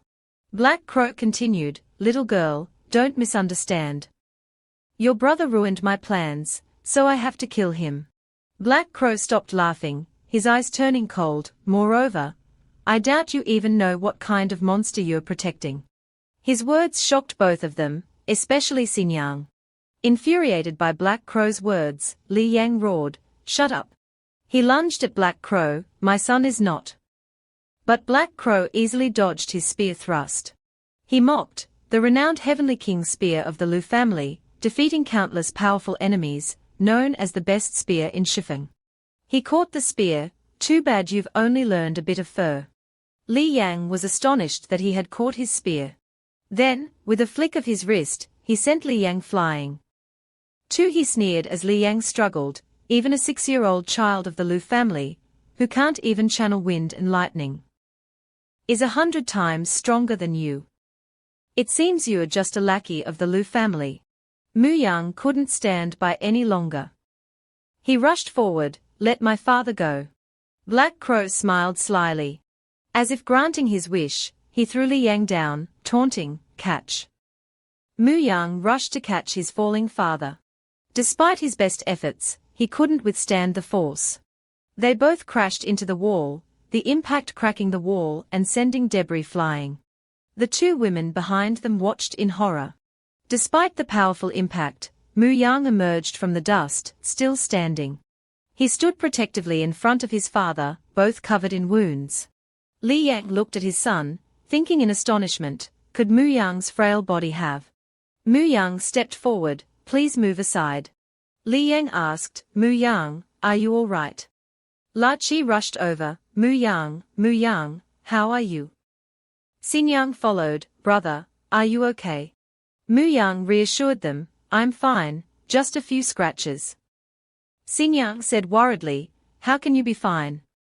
Let me see. Black Crow watched them, thinking, my attack just now would have broken a few bones even for that girl who practiced the body tempering art. Yet, he's only got a few scratches. His face tensed. This kid is a real monster. Not giving them much time to fuss, Black Crow stepped forward, colliding with a stone wall and emerging unscathed. Do you still think he's just a weak, sickly waste? He approached, sword in hand. You might hate me now, but years later. Black Crow pointed his sword at Muang, his playful demeanor gone, replaced by an unusual seriousness. The world will thank me for eliminating a monster. Hearing Black Crow call his son a monster enraged Li Yang. He gripped his spear. I don't care what my son is. He charged at Black Crow, spear crackling with electricity. I only know someone wants to harm my son. Despite the fury behind Li Yang's attack, Black Crow dodged it with ease. He smiled, praising that thrust is much better than before, but unfortunately. Black Crow unleashed his power, kicking Li Yang in the side, and taunting, still far too weak. The single blow sent Li Yang crashing into the wall, shattering a section of it. La Chi cried out tearfully, Li Yang. Muang looked on with concern. Li Yang struggled to his feet, trying to reassure them, I'm all right. He turned to his daughter, Xinyang, take your mother and brother and run. Xinyang refused, I won't go. I'll hold him off. Black Crow simply said, want to run. The clear sky suddenly darkened with gathering clouds. Everyone became wary. Strange black smoke began to swirl around Muang, confusing him. Black Crow stood there, his sword glowing ominously under the darkening sky. He smiled eerily, I'm sorry, but you're all going to die here today. Sharp, black beaks began to emerge from the clouds. Red-eyed crows descended upon the family, diving down with menacing speed. The three stood frozen. Having trained in the body-tempering art, Xinyang didn't hesitate. She stood ready to fight. As the crows closed in, Xinyang attacked. She punched one, but to her surprise, it vanished into black smoke. Confused, she turned around just as a dark shape lunged at her. Caught off guard, Xinyang was struck from behind. She fell, wounded. Muang rushed forward, Xinyang. The crows turned on him, swarming around him with lightning speed, their sharp talons slashing. Surrounded and unable to defend himself completely, Muang cursed, damn it. A thud made him turn to see La Chi collapse unconscious. He rushed to her side, shaking her and calling, Mom. Sensing something amiss, Li Yang shouted, careful, the mist is poisonous. Before he could finish, the crows attacked him, causing him to cough up blood. Muang cried out, Father. Black Crow hovered in the air, surrounded by his controlled crows, laughing triumphantly. Ha ha ha, I told you, you're all going to die here today. He didn't notice the change in Muang. Muang stood up, his eyes glowing red, surrounded by a golden aura. He growled, you will die. Muang roared, you will die. Come out here. Watching him searching for him in the dark mist, Black Crow thought, can this brat withstand my dark barrier? If so. He appeared behind Muang, whispering in his ear, as you wish, causing Muang to freeze. Black Crow struck him hard on the back. Muang turned, but he was gone. He searched but couldn't find him. Damn, I can't pinpoint his location. Black Crow had been testing him. After several probes, he confirmed there was no reaction or counterattack. It seems this brat is just an ordinary person after all. Black Crow decided to finish him. He appeared above, sword materialized, thinking, no matter what. He plunged downwards, sword aimed at Muang. Today, your head and body will be separated. The air around him transformed into arrows, converging towards the tip of his sword, aimed at Muyang's head. Muang showed no fear. He gritted his teeth, eyes glowing red, a golden light emanating from his hands. Muang punched directly at Black Crow's descending sword, the two forces, one golden, one purple, clashing. Black Crow was shocked that Muang dared to meet his attack head-on. What? Cracks appeared on the sword as Muang roared, die. The sword shattered, exploding into fragments. Muyang's attack continued, striking Black Crow directly. Caught off guard, Black Crow was sent flying backwards. With his sword destroyed, he had nothing to block with, resorting to using his bare hands to defend. Black Crow stood up, Muyang's golden energy still lingering on his hands.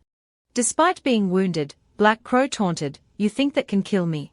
He formed hand seals, generating a red aura. A portal opened behind Black Crow, pulsating with red energy that shot into the sky. He laughed, "You fool." Muyang shielded his eyes from the bright light, thinking, this is the same move he used when he attacked Shaoshan. Suddenly, he widened his eyes, noticing a difference. No, wait. Drops of red liquid, seemingly blood, dripped down. The crows transformed. Their eyes became more vicious, their wings turning red, looking more aggressive. Black Crow proudly presented his creations. "These are my life-bound pets, the blood corpse eaters. They will drain every drop of blood from your body, devour every piece of your flesh, leaving not even your bones. Consumed by them, you will vanish from this world as if you never existed." Muyang was stunned. These blood crows were even more terrifying than before. He quickly regained his composure. "I brought them down once, I can do it again." Black Crow scoffed, "Stop pretending, brat. Last time, if I hadn't sensed the arrival of the Kui family's guards and retreated immediately, you and that Kui girl would have become food for my blood crows long ago." He continued, "But today, you will obediently become their meal." He gestured, commanding the crows to attack. The crows swarmed towards Muyang. Muyang threw a punch. But he suddenly realized. The crows weren't targeting him, but the people behind him. Their first target was the unconscious Xinyang. Muyang rushed to defend her, driving them back with his fists. He thought, "I can't let them hurt Xinyang and my parents." Looking at the ravenous blood crows, Muyang roared, "Come on. I won't let you harm them." Power surged around him. As if accepting his challenge, the crows attacked him relentlessly. Muyang defended himself, his fists striking left and right, each blow sending crows screeching in pain. But there were too many. Some managed to get past his defenses, attacking from behind. He winced in pain as more blood flowed from his wounds. Black Crow watched, silently urging them on, "Kill him." He grinned triumphantly, "As long as my spiritual energy can maintain the void gate, I can continuously summon blood crows. I'll just wait until you're exhausted. Then finish you off with a single blow." As he predicted, Muyang was starting to tire. Looking at the crows circling, waiting for an opening, Muyang growled, "You stupid birds. You filthy things." He clenched his fists, channeling all his strength. He seemed to transform, his eyes glowing red, devoid of white. His fists smashed through the crows, scattering them with each blow. He roared, "How dare you offend me?" Only black mist remained, red feathers drifting down, leaving Black Crow stunned. Watching his painstakingly summoned blood crows obliterated in a single instant, his jaw dropped. This kid is even more terrifying than I imagined. I have to kill him here, or the consequences will be dire. Without hesitation, Black Crow decided to gamble everything. He charged at Muyang with full force. Red energy from the void gate enveloped him, empowering him. He hurtled towards Muyang. Muyang was now encased in a golden aura, scales shimmering, as if protected by a dragon. He said coldly, "Flying vermin, you." Golden light coiled around his hand, empowering his final attack. He growled, "Die." He thrust his fist forward, meeting Black Crow's attack head-on. The two forces collided, Golden Dragon against Crimson Evil. Black Crow continued his assault, roaring, "Li Muyang." Li Muyang countered with his own furious punches. Neither gave an inch. Suddenly, Li Muyang roared, unleashing a surge of power. In an instant, Black Crow was sent flying. He crashed to the ground with a loud thud. Black Crow lay there, the black mist dissipating. Muyang stood, still wary. Black Crow's hand twitched, he slowly pushed himself up, his body trembling. Black Crow, in agony yet silent, felt his body failing. Damn, internal injuries, his chi uncontrolled. He couldn't even stand. Looking up, he saw Muyang looming over him, face menacing. The kid was a monster, plain and simple. A shiver ran down Black Crow's spine. He felt countless eyes on his back, like prey. He saw the blood gals descending upon him. He dodged desperately. His chi was gone, he couldn't control the beasts anymore. Desperate, he pleaded, "Brother Li Muyang, save me." He shrieked, "Li Muyang, save me. Help. Drive them away." Seeing Muyang's impassive face, he understood. "Li Muyang, kill me. Please, just kill me." Muyang stood emotionless. "You deserve to die." His words and cold demeanor stunned Black Crow. Peeking through his fingers, he realized this kid wasn't just capable of defeating him. Muyang's gaze held a chilling ruthlessness that surpassed even the most seasoned assassins. "What kind of monster are you?" In his final moments, he could only beg, "Kill me." Before he could finish, Black Crow and the blood gals were swallowed by the void gate he'd created. Muyang turned and walked away, indifferent. Reaching his father, he checked his breathing. Relieved, he smiled. Father was all right. He sighed in relief, looking at his younger sister, Sinean, who had protected him. Even his mother was injured because of him, but thankfully, both she and Sinean were only unconscious. A clang from outside snapped him to attention. "Young master, the door's been forced open." The young master, Yang Jiangma, replied, "Guard this place." "Wait for me." Jiangma strode into the hall. The blood gals looked up with savage eyes. The crows took flight, scattering.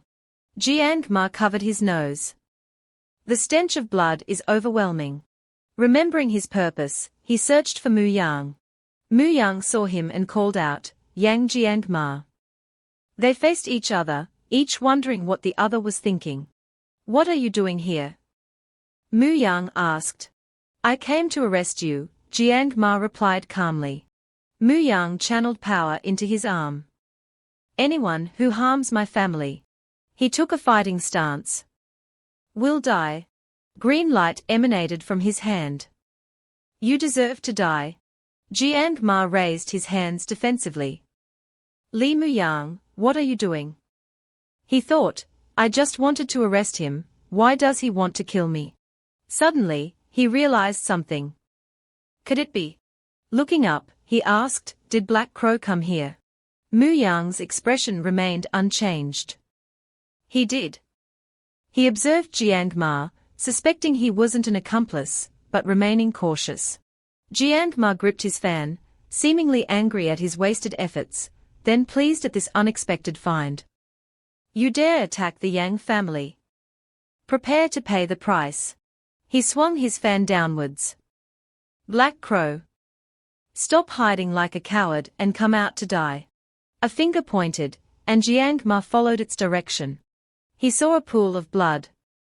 "He's dead," Muyang said. Jiangma was stunned. "What? You killed him?" Muyang showed little emotion. "He harmed my family, so I killed him." Jiangma stared after him, thinking about the 7 cultivation realms: empty valley, high mountain, idle cloud, withered glory, starry sky, divine wanderlust, and dragon subduing. Each realm had 3 levels, upper, middle, and lower. Black Crow was at least idle cloud upper level, far above his own high mountain middle level. Facing him alone would be suicide. This kid killed Black Crow by himself. "How did you do it?" he asked. Muyang paused. He glanced back. He was injured, then devoured by his own blood gals. Jiangma was shocked. Blood gals eating their master. Stroking his chin, he thought, if the master weakens, those evil gals will devour him without hesitation. Black Crow being eaten meant Muyang had critically injured him, leaving him defenseless. Watching Muyang help Sinean, he realized this kid was more mysterious than he'd thought. Looking at Sinean, Muyang was grateful his family was only unconscious.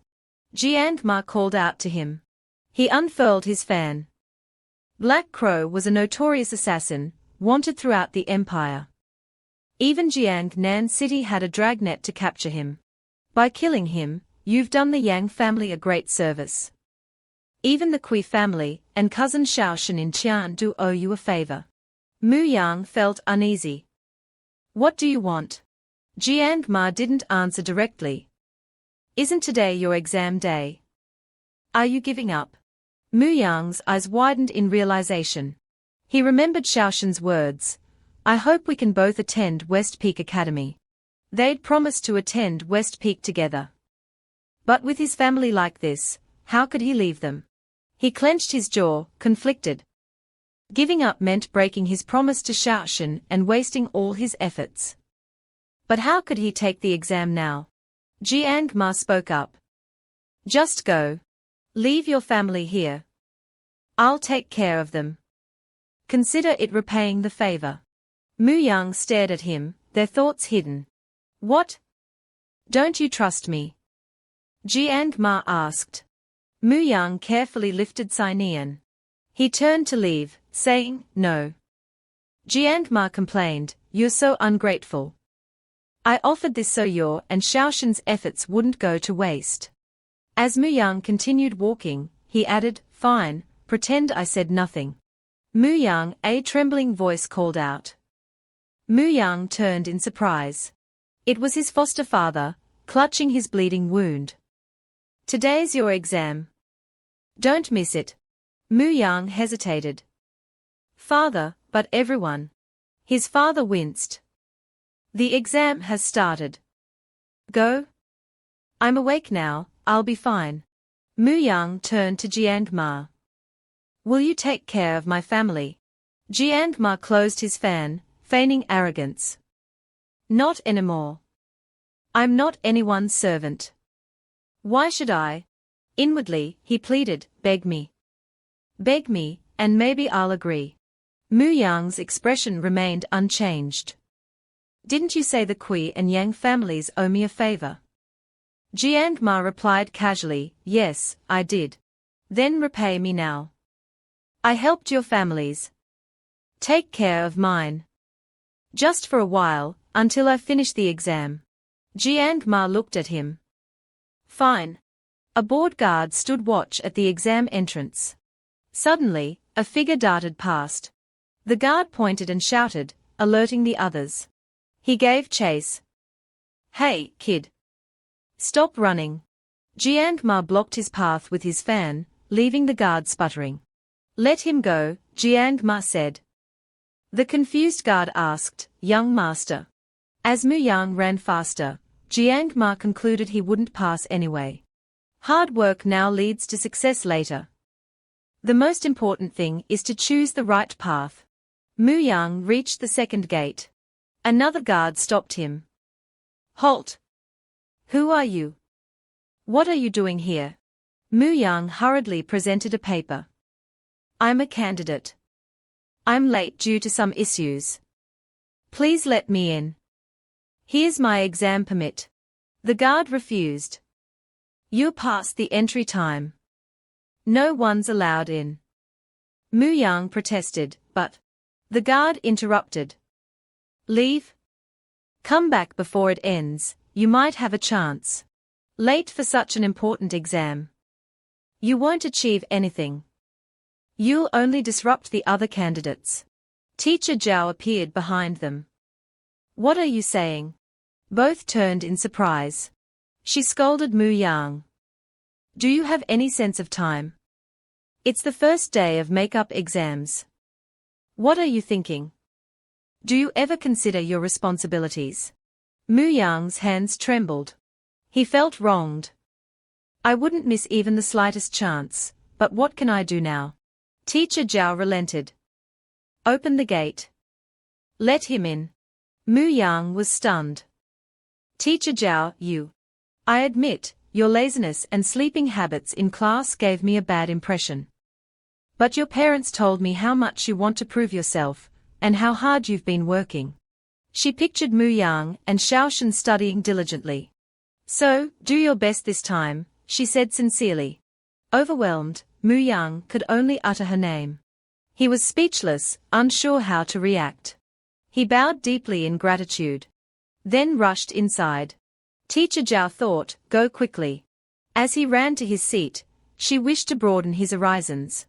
He'd been enlightened by teacher Zhao. Sinian awoke to an unfamiliar scene. "Miss, you're awake." Sinian saw Jiang Ma and thought, "He's not my brother." She backed away from the stranger. "Who are you? Where am I?" Jiang Ma propped himself up, watching her panic. "This is my home.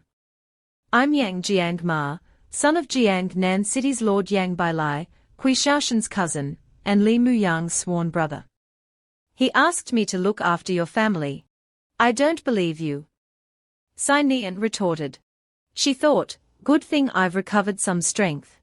If this thug tries anything, I'll punch him." She imagined Jiang Ma reeling from her blows. A servant arrived with a bowl of medicine. "Young master, the antidote for the young miss is ready." Taking the bowl, Jiang Ma explained, "You were poisoned by Black Crow. This antidote will purge the toxins, otherwise, there could be lasting effects." He offered it to Sinian. "I had the servants prepare it. Please drink it." A voice called from the doorway, "Sinian, don't drink their medicine." Li Nam entered, eyeing Jiang Ma warily. Sinian rushed to her father. "Father, are you all right?" He reassured her, "I'm fine." Li Nam eyed the medicine suspiciously. Muyang may trust him, but his background was unclear. Better to be safe. Sensing the distrust, Jiang Ma explained, "Uncle, in a critical moment, Muyang entrusted everyone to me, meaning he trusts me completely. Otherwise, how could he leave for the exam? I swear on my honor, there's no poison or drugs in this. I'm a model citizen of Jiang Nan City. I wouldn't do such despicable things." Li Nam still looked dubious. Sinian pressed, "I don't know you. How can I trust your honor?" Jiang Ma sighed.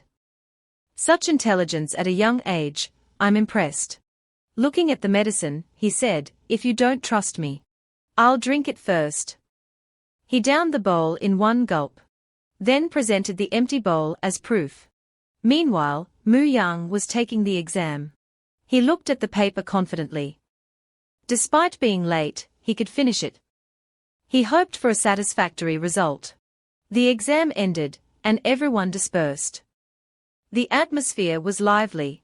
As Muyang walked home, he heard someone call his name. It was Xiaoxin. She smiled gently. "How was the exam?" Muyang scratched his head. "It was all right. I answered everything. Being late, I didn't have time to check. Hopefully, not too many mistakes." "Late? What happened?" Xiaoxin asked. Muyang turned, worried. The Black Crow matter was resolved, no need to burden Xiaoxin. "It's nothing. My parents and Sinian are waiting, I need to go." Seeing his reluctance, she didn't push. "If you need help, don't hesitate to ask." Muyang waved as he left. "I won't." Elder Ning asked Xiaoxin, "Miss, shall we return now?" "No, let's go to Muyang's house." Xiaoxin wondered, is Muyang hiding something? At Jiang Ma's residence, Muyang called out, "Father, mother, Sinian, I'm home." Before seeing his family, he saw someone collapse. Jiang Ma raised a hand weakly. "Li Muyang." Muyang panicked. "Another assassin." Jiang Ma grimaced. "Worse than an assassin." Sinian appeared. "Don't worry, he's fine." She smirked at Jiang Ma. "Idiot, drank a whole bowl of laxative." She laughed inwardly. "Serves him right." Muyang touched Sinian's shoulder. "Sinian, you're awake. How are you feeling?" She smiled. "Much better." A trembling hand rose. "I told you, it wasn't a laxative. I drank it to prove it to you." Jiang Ma lay on the ground, groaning. "Li Muyang, tell me, did I poison your family?" Muyang replied, "I trust you. I trust you wouldn't harm my family. Otherwise, I wouldn't have asked you to look after them." Jiang Ma leaned on Muyang, hitting him with his fan. "You didn't ask, I offered." But I was telling the truth, it was an antidote. Muang grinned. Is there more? Jiang Ma scrambled away, pointing his fan. What are you doing? Muang held up a bowl. Be obedient. Drink it. He offered it to Sinian. Sinian shrieked and ran. No. It's dark, bitter, and gives you diarrhea. Jiang Ma felt relieved he hadn't taken another bowl. Li Muyang, you're so mean. It's so bitter. Sinian cried, running. You have to make it up to me. She sobbed, pointing at him. Jiang Ma blushed crimson. His nose started bleeding. He thought, beautiful. So beautiful. Muyang, he asked, nose bleeding, are you two really siblings? You're so different. Muyang retorted, of course we are. Jiang Ma turned. If your parents are fine, I'll go check on Sinian. That medicine might upset her stomach. I have some Taoist pills. A hand landed on his shoulder. Muyang glared. Yang Jiang Ma, stop right there. What do you want? Jiang Ma scowled. I just want to check on her. No. Muyang shouted. Jiang Ma argued, can't I just express my concern at the door? No. I just helped you. I said I'd repay you. Can't I repay a little in advance? Li Muyang, you're so cruel. Yang Jiang Ma, you're a pervert. Xiaoshan entered, waving. My, have I wandered into a zoo? They stopped arguing, asking in unison, why are you here? Xiaoshan chuckled. Are you too telepathic? They put on a show of camaraderie. Jiang Ma slung an arm around Muyang. We are like enemies at first sight, but I was free today, so I came to chat. Xiaoshan noticed the red feathers on the ground. Did Black Crow come here? She asked, alarmed. Muyang and Jiang Ma turned serious. The scene shifted to the Yang residence. Xiaoshan asked, so Black Crow targeted Muyang for revenge because he saved me. Jiang Ma nodded. Where is he now? Jiang Ma fanned himself. I killed him. Muyang was surprised. He thought, is Jiang Ma trying to protect me? Jiang Ma winked. Li Muyang, you did a great job luring him. Once I collect the reward, we'll split it. Muyang mumbled in agreement. Suddenly, Jiang Ma's nose bled again. So, can I see Sinian now? Muyang remained firm. No. Jiang Ma nudged him. I know you like my cousin. She's adorable. Seeing Muyang blush, he continued, we could exchange information, create opportunities for each other. What do you say? No way, Yang Jiang Ma. Jiang Ma grabbed Xiaoshan's arm. Cousin, he's kicking us out. Let's go. Muyang looked disappointed. Li Muyang, Xiaoshan called. She smiled. I'm sorry about today. If there's anything we can do, just ask. Don't be polite. She turned to leave, a hint of reluctance in her eyes. We'll take our leave then. Days later, Muyang walked the streets alone. He thought, Xiaoshan hasn't visited since that day. Remembering her calling his name, he felt a pang of longing. I wonder where she is now. Li Muyang. Li Muyang. Zhao Shen called out.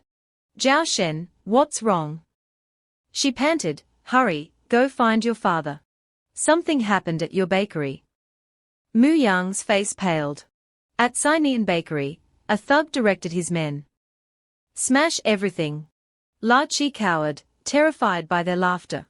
The thug grabbed a worker's chin, a perverted look on his face.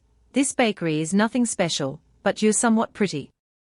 Seeing the worker's disgusted expression, he continued, don't be afraid, little sister, big brother will play with you later.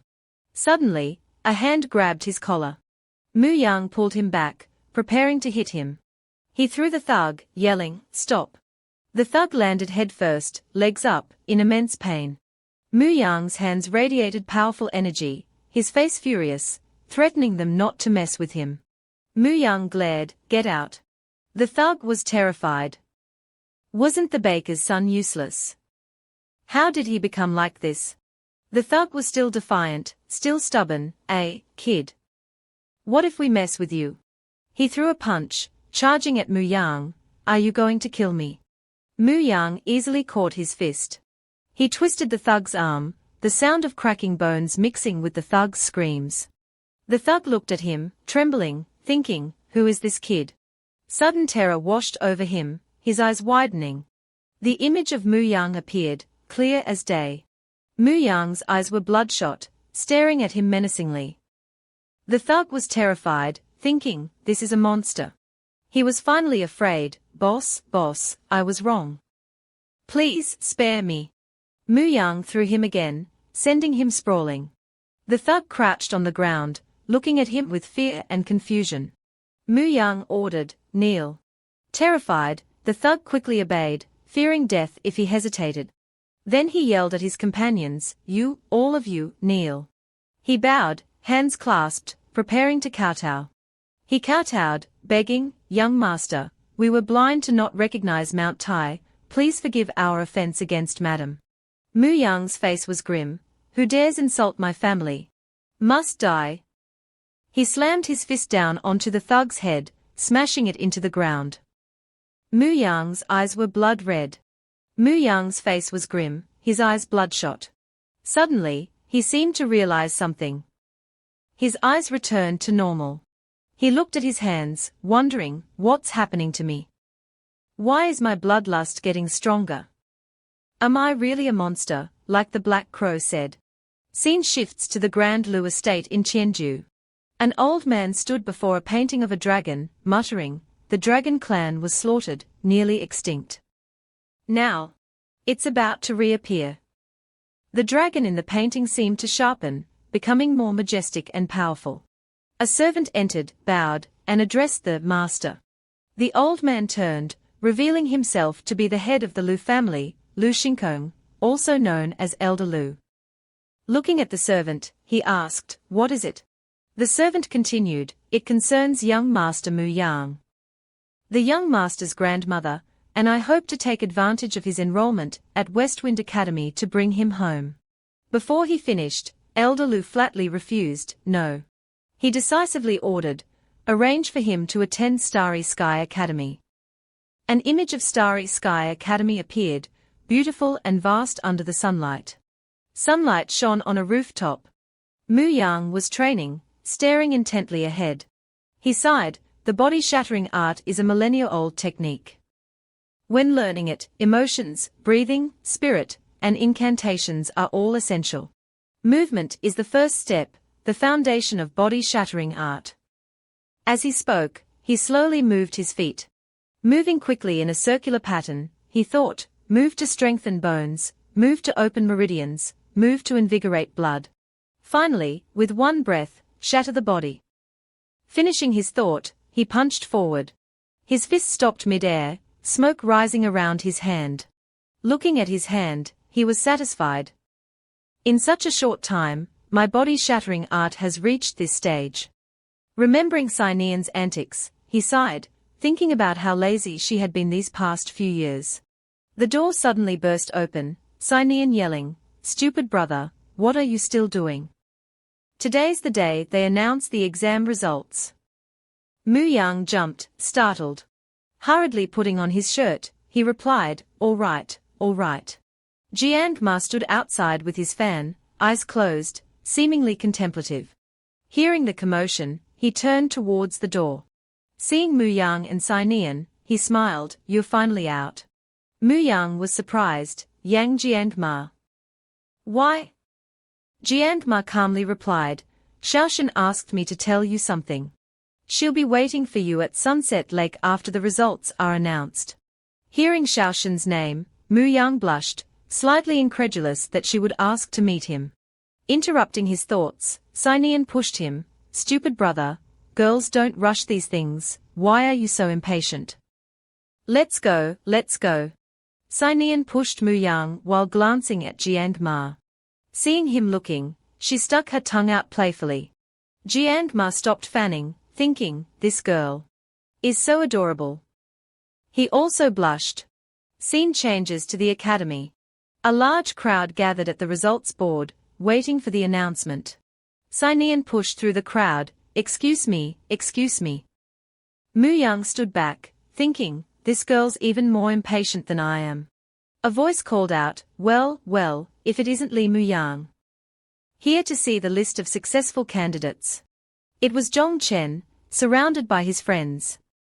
He continued, with so many people here, why are you here to embarrass yourself? His friends joined in, yeah, if I were you, I'd stay at the back, or just stay home. Does he really think he'll be on the hero board? Sinean was annoyed, damn it, do you want a beating? Zhong Chen sneered, Li Muyang, are you going to let this girl protect you your whole life? Muyang patted Sinean's head, she's my sister, of course I'll protect her.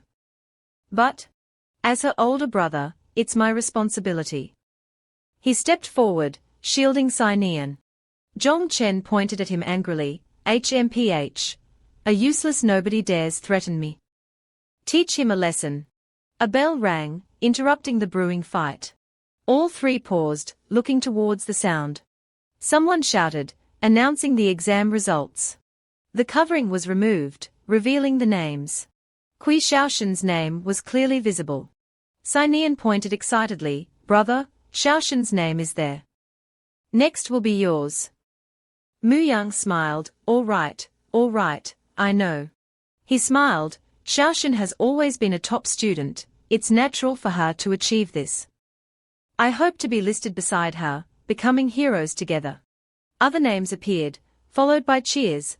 I got into Southeast Academy. More cheers erupted, Eastwood Academy. Eastwood Academy accepted me. I'm in Southeast Academy. I'm in Jiangnan. I'm staying in Jiangnan. Muyang stared blankly, scanning the entire board, but on the hero board. He lowered his head, clenching his teeth. My name isn't there. Did I fail? He was stunned, unable to believe it. Sinean comforted him, brother, don't worry. Even if you didn't get into Westwind, there are other schools. You worked so hard, you'll definitely get into a good one. You can still go to Chengdu, you can still see Xiaoshen. Zhong Chen appeared, look, we were kind enough to warn him, but did he listen? Now he's embarrassed, serves him right for failing. His friend agreed, exactly. Furious, Sinean was about to argue. Muyang pulled her back, stopping her. She resisted, brother, they are making fun of you. Muyang calmly said, let's go home. Our parents are waiting. They'll worry if we're late. Zhong Chen taunted from behind, go. I'll be celebrating at Champions Avenue tonight.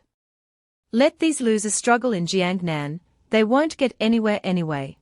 Sinean clenched her fists, unable to bear it. She yelled Zhong Chen's name and charged at him. Muyang couldn't stop her in time. Slap! Her fist connected with his face. He stumbled back, falling. Sinean looked satisfied, her anger somewhat appeased. Zhong Chen was shocked, hitting me. How dare you hit me? He yelled, Li Muyang is jealous because he failed, so he resorted to violence. The surrounding crowd stared at Muyang and Sinean. Sinean clarified, you're lying, it was clearly me. Zhong Chen's friend chimed in, no, I saw Li Muyang hit Zhong Chen with my own eyes. He was caught cheating on exams before, now he's resorting to violence out of shame. Another friend added, so he's the cheater. Can't judge a book by its cover. As they mocked, another voice interrupted, what's all this commotion in front of the hero board? Several people exclaimed, Headmaster Lin. Headmaster Lin. He continued, what happened here? Sinean quickly explained, Grandpa Headmaster, Zhong Chen is falsely accusing my brother. Before she could finish, another voice cut in, Headmaster, Li Muyang assaulted a classmate because he failed the exam. Zhong Chen glanced at Muyang and Sinean, thinking, Li Muyang, your sister is a girl, the academy won't punish her severely. But if the blame falls on you, will you even be allowed to take the exam next year?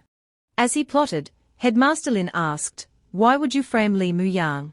Zhong Chen panicked, "Headmaster Lin, we didn't." Headmaster Lin calmly stated, "I saw everything clearly.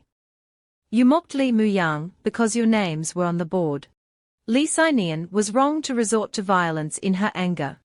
He turned to Zhong Chen, "But you, taking advantage of your numbers, shifted the blame to Li Muyang, attempting to deprive him of the chance to take the exam next year." He glared, emphasizing each word, "That is even more despicable." Headmaster Lin turned away, "You've ruined such a joyous occasion. Disperse." Teacher Zhao approached Li Muyang. She said, "Because of my unfounded suspicions, rumors of you cheating spread in the academy, so I want to apologize to you publicly." She bowed deeply before him. She added, "If you're willing to continue studying in my class, I'll do my best to help you prepare for next year's exam." Li Muyang was touched. "Thank you, teacher." He felt the acceptance and respect he had always longed for.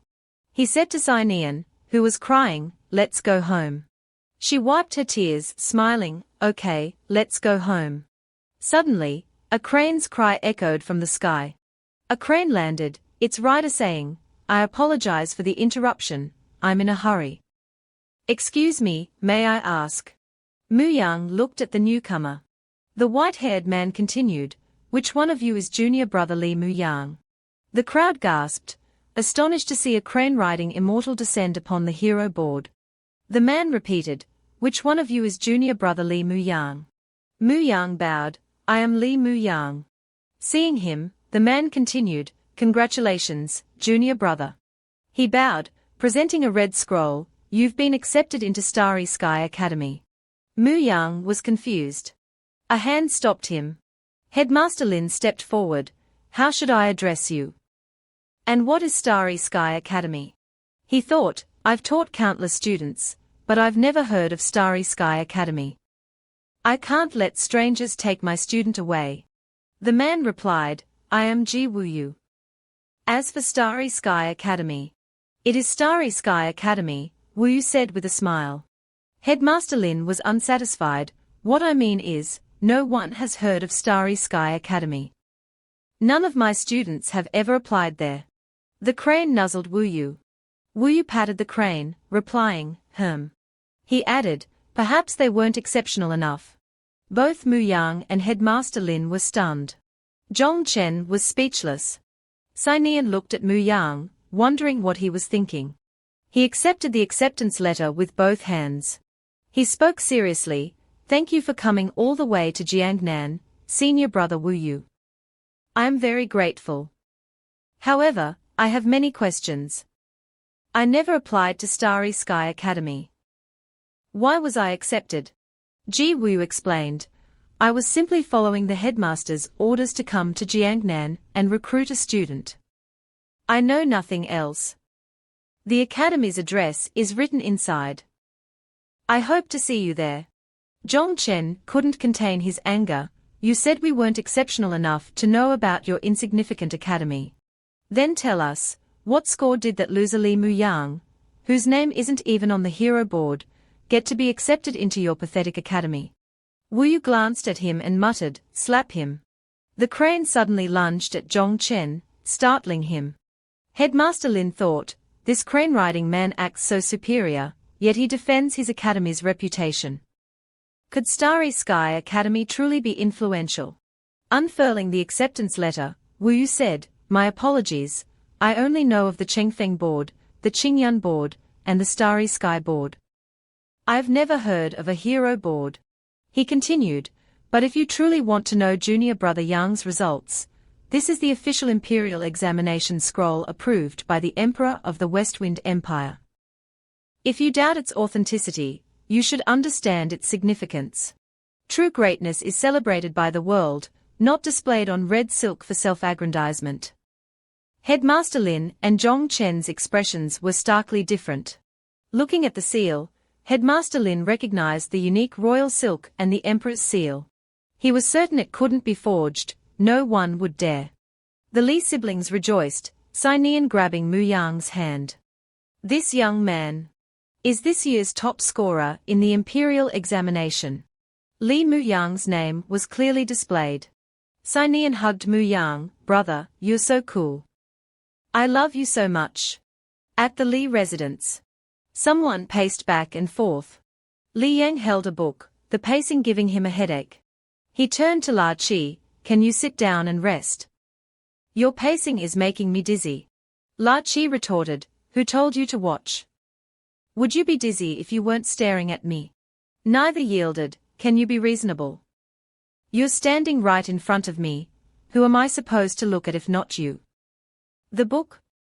What are you holding it for? You haven't even noticed you're holding it upside down. Sinian entered. I'm home. Both parents asked urgently, Sinian, where's your brother? Did he run away because he didn't do well?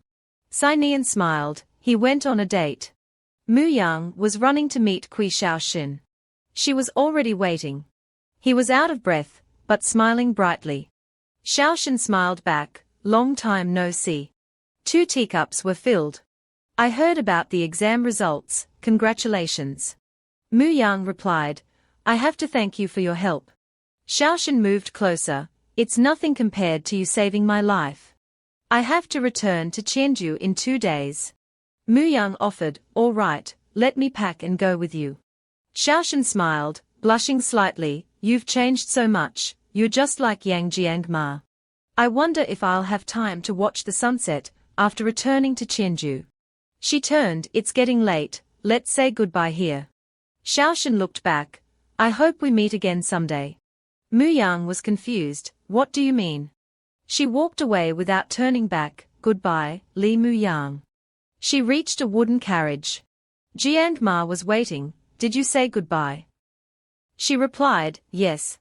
Jiangma sighed. Love can be painful. But you did this for his own good.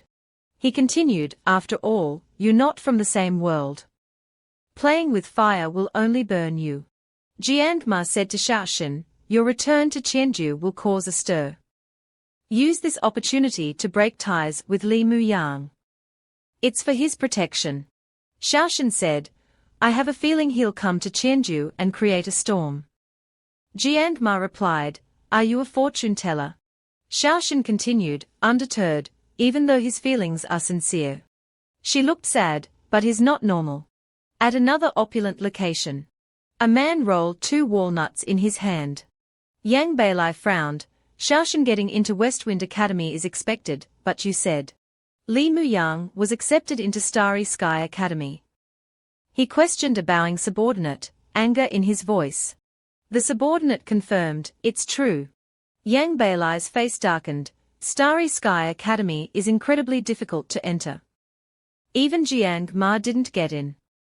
How did Li Muyang manage it? He clenched his fists, cracking his knuckles, and roared, how? On the calm night sea, small waves lapped against a large ship. In a jail cell, a man sat slumped over in an iron cage, his hands shackled above his head. His face was covered in fresh wounds, suggesting he'd been imprisoned for days. Scene shifts to a man holding a teacup, listening to a kneeling soldier report, Chief Steward, everything is arranged. We depart tomorrow morning. The shackled man roared in fury, Kui Jiaoren, you dare falsely accuse and frame a loyal official. You will die a horrible death. Kui Jiaoren calmly sipped his tea. Setting down the cup, he said, General Shu, I know you don't fear death, but do you fear your family's death? He approached the bars, help me bring down Lu Xinkong, and I'll guarantee your family's safety. The general's eyes widened. Don't you think this is a good deal? The one making this blatant proposal was Kui Jiaoren, chief steward of the Westwind Empire. The scene returns to the ship, now docked the next morning. Sinian pointed excitedly, wow, is that the ship brother's taking? It's so big and beautiful. La Chi scolded from behind, girl, have some decorum. Stop shouting. Li Yang, Muyang's adoptive father, looked at him and advised, Muyang, a man's ambition should reach far and wide.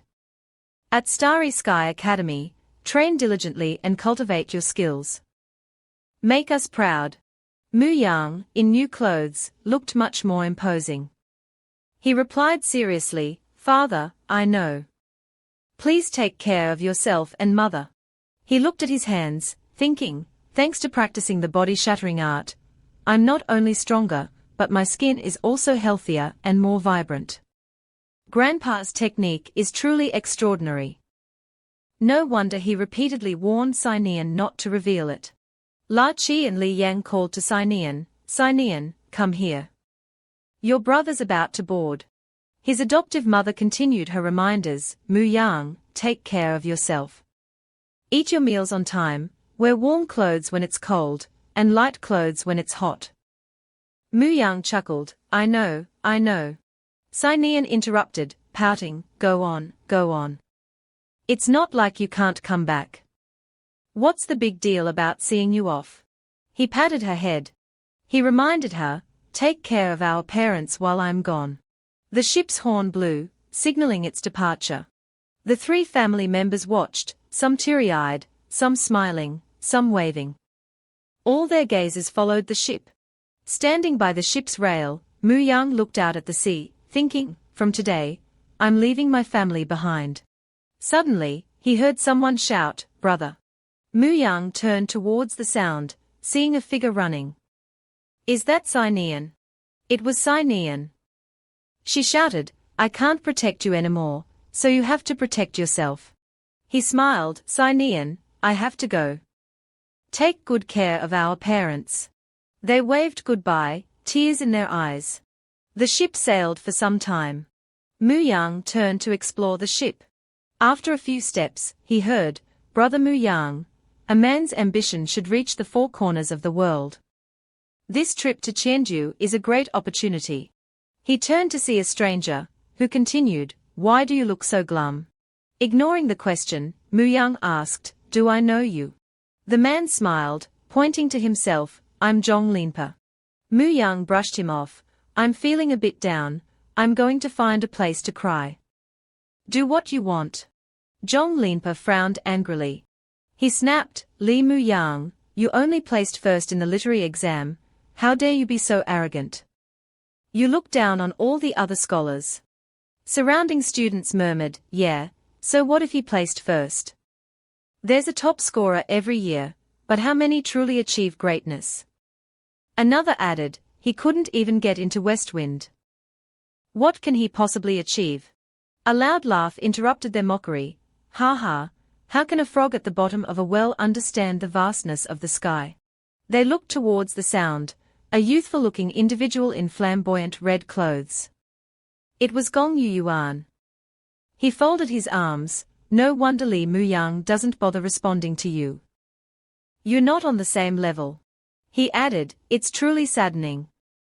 They say cultivation, for 100 years creates the fate to share a boat.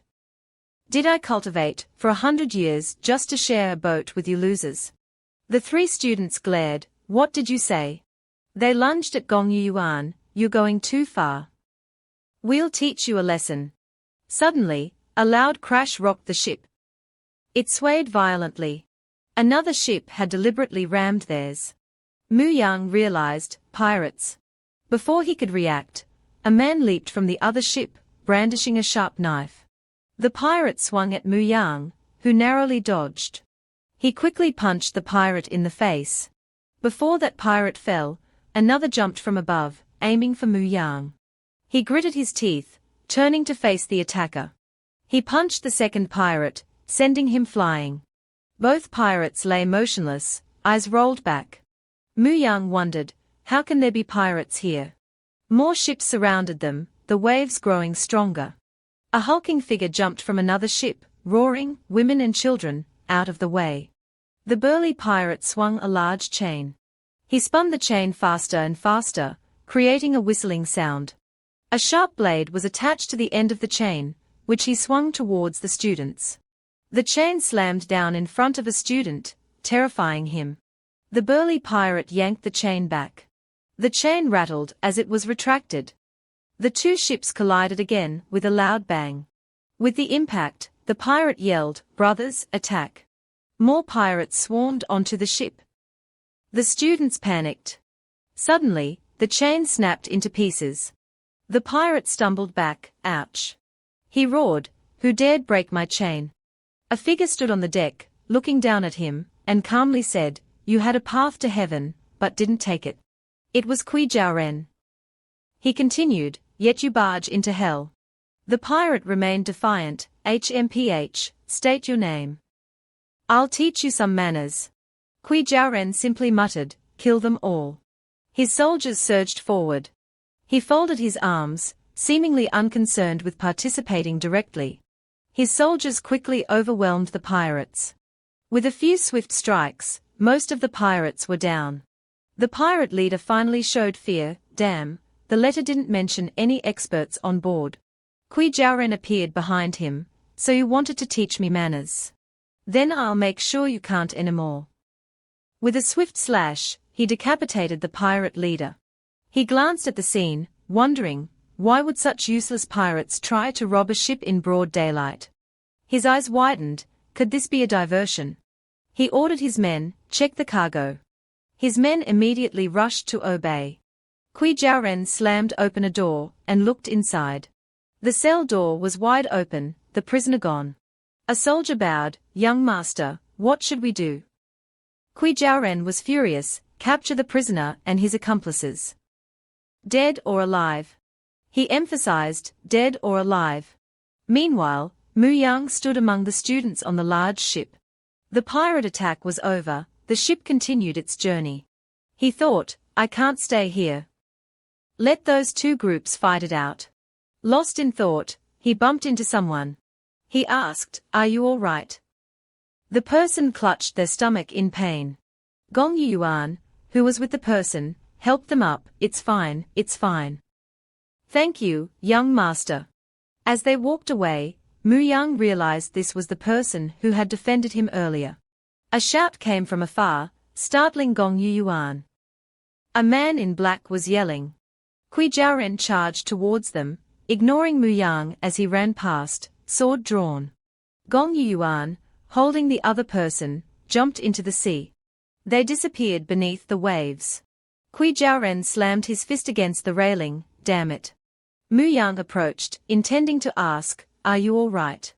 Suddenly, Kui Jiaoren drew his sword, pointing it at Muang. "Men, I suspect this person is colluding with the enemy. Seize him." Muang was bewildered. Kui Jiaoren's sword was at his throat. He regained his composure. "Who are you? You say I'm colluding with the enemy. What proof do you have?" Kui Jiaoren replied, "I am Kui Jiaoren, Chief Steward of the Westwind Empire's Inquisitorial Office. I saw you interacting with those two, that's enough to convict you." Muang accused him of making false charges, thinking, according to Westwind law, colluding with the enemy is punishable by immediate execution. "I can't be convicted of this." Kui Jiaoren pressed on, "For now, it's just suspicion. Whether you're an accomplice or not, a trip to the Inquisitorial Office will reveal the truth." Muang saw the surrounding soldiers ready to pounce if he tried to escape. He said firmly, "I can't go. I'm on my way to enroll in school. The crane riding senior specifically told me not to be late." Kui Jiaoren was momentarily surprised. A crane riding senior? Could he be enrolled in some celestial academy? He mentally reviewed all the academies in the Westwind Empire. None would do something like that. This kid is just making things up to avoid punishment. He's just a coward. Muang continued, "The academy is called Starry Sky Academy." Kui Jiaoren was genuinely shocked. "What?" A soldier lunged forward, shouting, "How dare you!" Kui Jiaoren stopped him. He asked incredulously, "You say you were accepted into Starry Sky Academy?" The sword was no longer at his throat. Muang listened calmly. He replied, "That's correct. Senior Ji, will you personally delivered my acceptance letter to Jiangnan?" Kui Jiaoren, still doubtful, said, "I see, but you still have to come with us. Don't worry. It won't delay your enrollment."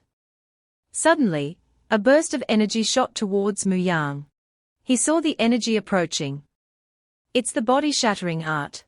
He reacted swiftly, countering with his own body-shattering punch. Both were thrown back. They planted their feet firmly, regaining their balance. Kui Jiaoren stared. What? That kid pushed me back. Muyang's hand was slightly scraped, but he thought, good thing I was prepared, that could have been fatal. Kui Jiaoren gritted his teeth. Not only did you release a prisoner, but you also attacked an official. You're definitely colluding with the enemy. He ordered, seize him. The soldiers attacked Muyang relentlessly. He dodged one blow. As he dodged, a hand appeared beside him. He was hit and sent flying with a loud crash. He slammed into the ship's side. He struggled to stand, seeing a dark figure approaching.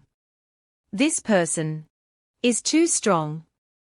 Kui Jiaoren's eyes glowed red, sword raised. Suddenly, something strange happened. The form of a massive dragon appeared beneath the sea. From above, the dragon encircled the ship. The ship looked tiny within its coils. Kui Jiaoren advanced on the injured Muyang, intent on killing him. Seeing Kui Jiaoren's glare, Muyang realized they were serious about killing him.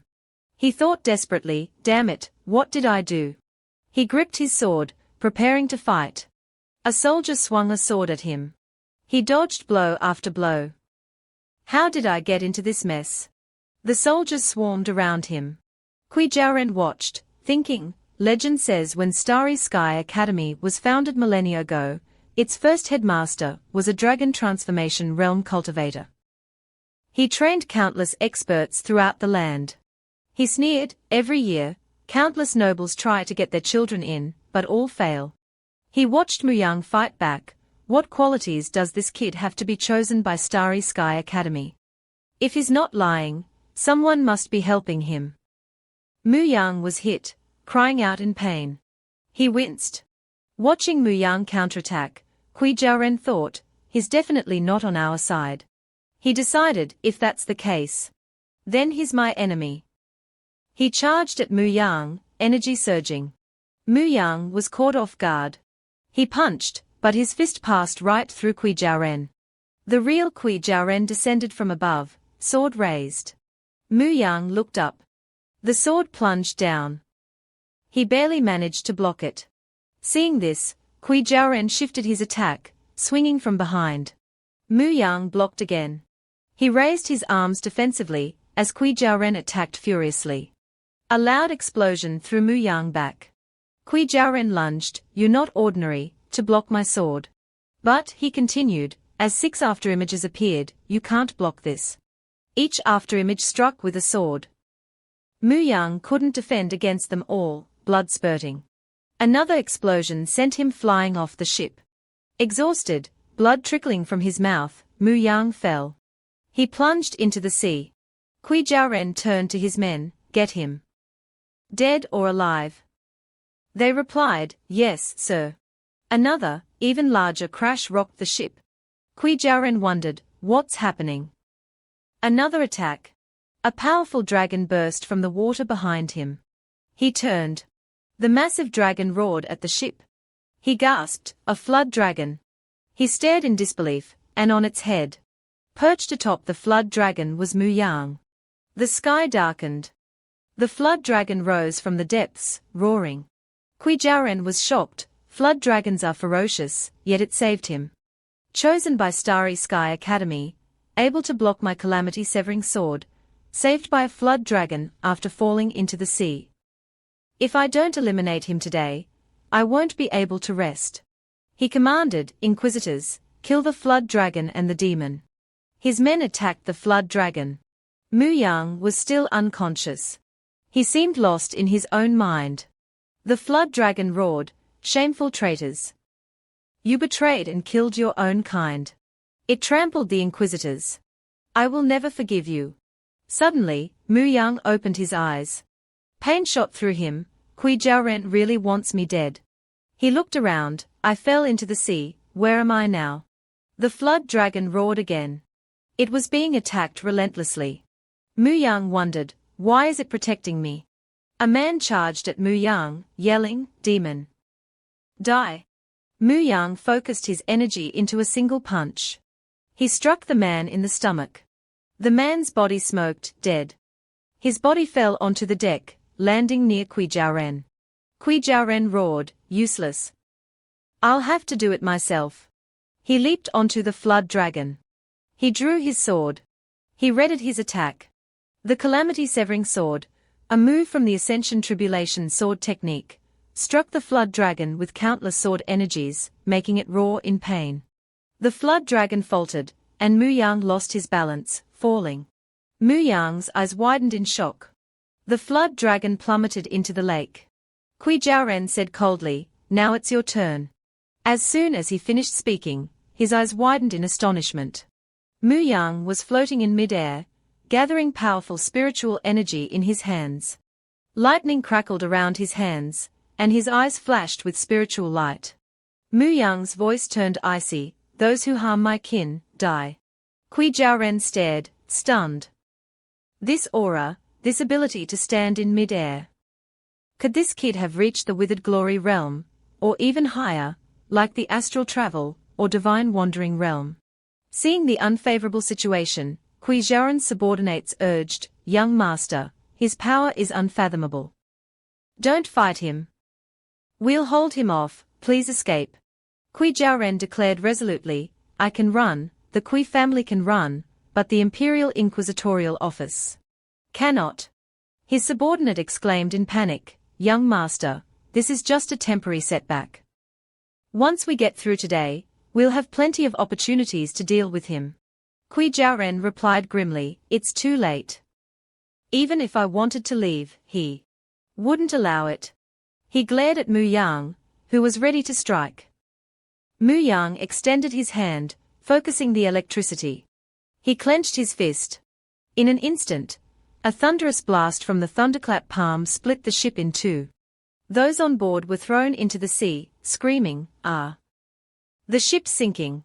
Kui Jiaoren's men were swiftly defeated. He gaped at Muang, "Who are you?" Muang looked at him coldly, "What does it matter? Whether I tell you or not. You're going to die." Kui Jiaoren paled at Muyang's overwhelming power. Despite his fear, Kui Jiaoren raised his sword defiantly, "I think so too." He charged at Muang.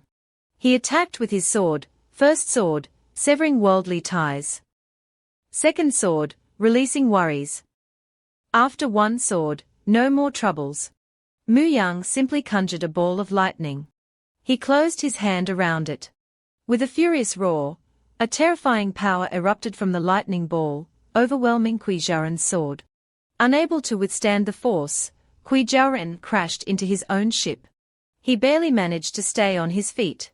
Kui Jiaoren gasped, struggling to breathe, "A single blow drained me like this. My swordsmanship, honed for over a decade, broken so easily." He frowned, "What realm has this kid reached?" Muang suddenly paused, then said in a low voice, "I remember now." Hearing the voice behind him, Kui Jiaoren jumped. He turned in shock. Before he could react, Muang continued, "You killed me once." Kui Jiaoren quickly denied, "I think you're mistaken." Muang pointed at him, "Not you.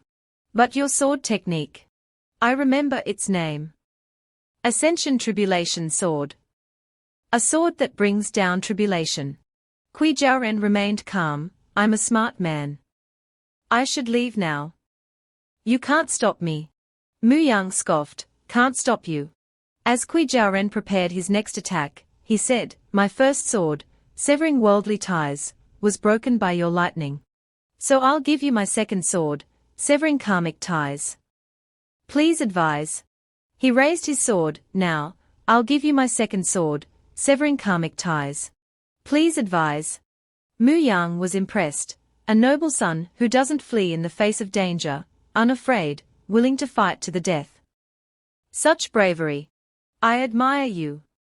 I'll remember this move. If anyone uses it against me again, I'll remember you. Wasting no more time, Kui Jiaoren began his technique, with a body heart, draw upon the underworld's nether fire, sever karmic ties, and achieve true liberation. A dark aura emanated from him. Muang stared, wide-eyed. The flowing water around them froze solid. The vast lake surface was covered in ice in an instant. Muang was awestruck by the power, such sinister energy, is that truly nether fire from the underworld? Kui Jiaoren's eyes glowed crimson, Ascension Tribulation Sword Technique. Severing karmic ties. He lunged at Muang like an arrow, his sword ablaze with nether fire. Muang calmly raised a single finger to block the blade. I told you, this sword technique has killed me once. It's not severing worldly ties, nor severing karmic ties, but the third sword. Kui Jiaoren couldn't believe his powerful swordsmanship was blocked so easily. How? A bolt of lightning struck him. He cried out in pain. He stabbed his sword into the deck to steady himself. Wounded and weakened, Kui Jiaoren trembled. The Ascension Tribulation sword has 3 moves.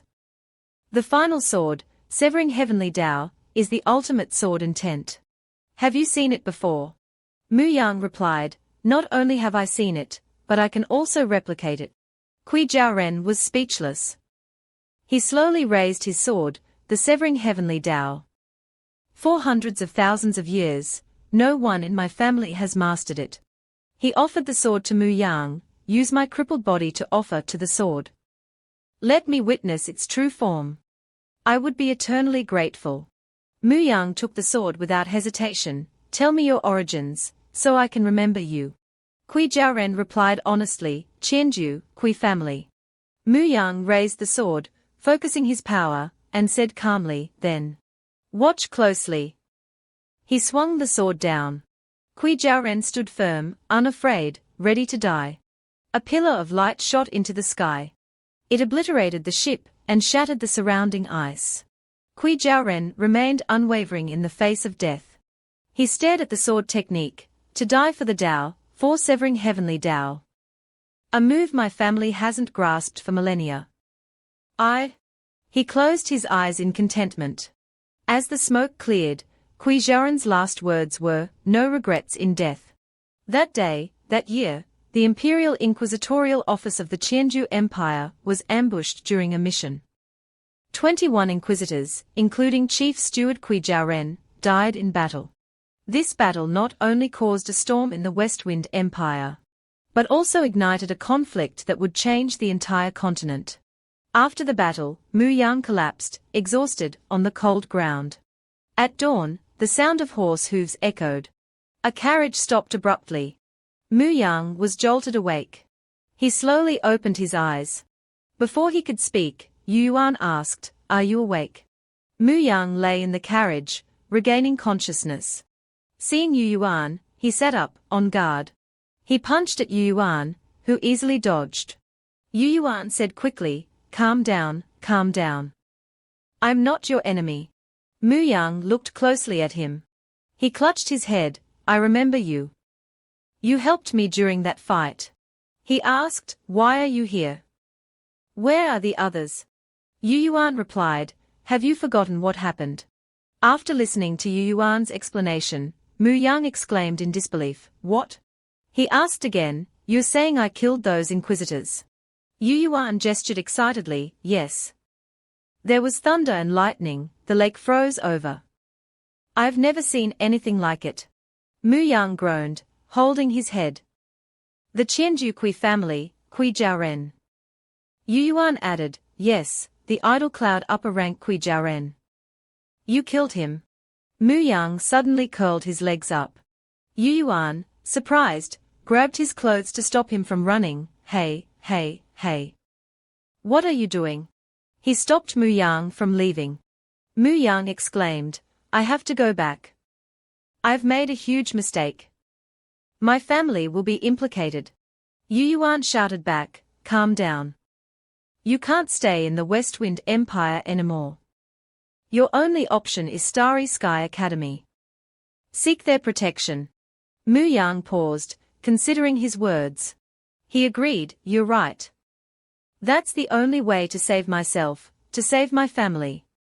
At Watching Moon Pavilion in Qianju, a voice said above an unfinished game of Go, my nephew murdered, my family threatened. This game can't continue. Jian Chen slammed his hand onto the Go board, shattering it. He gritted his teeth, Li Muang, I will grind you to dust. At the Lu estate in Qianju, Lu Xingkeng ordered his subordinates, courtly struggles should be handled in court, not with violence. The Kui family has gone too far. Prepare my dragon-scale armor.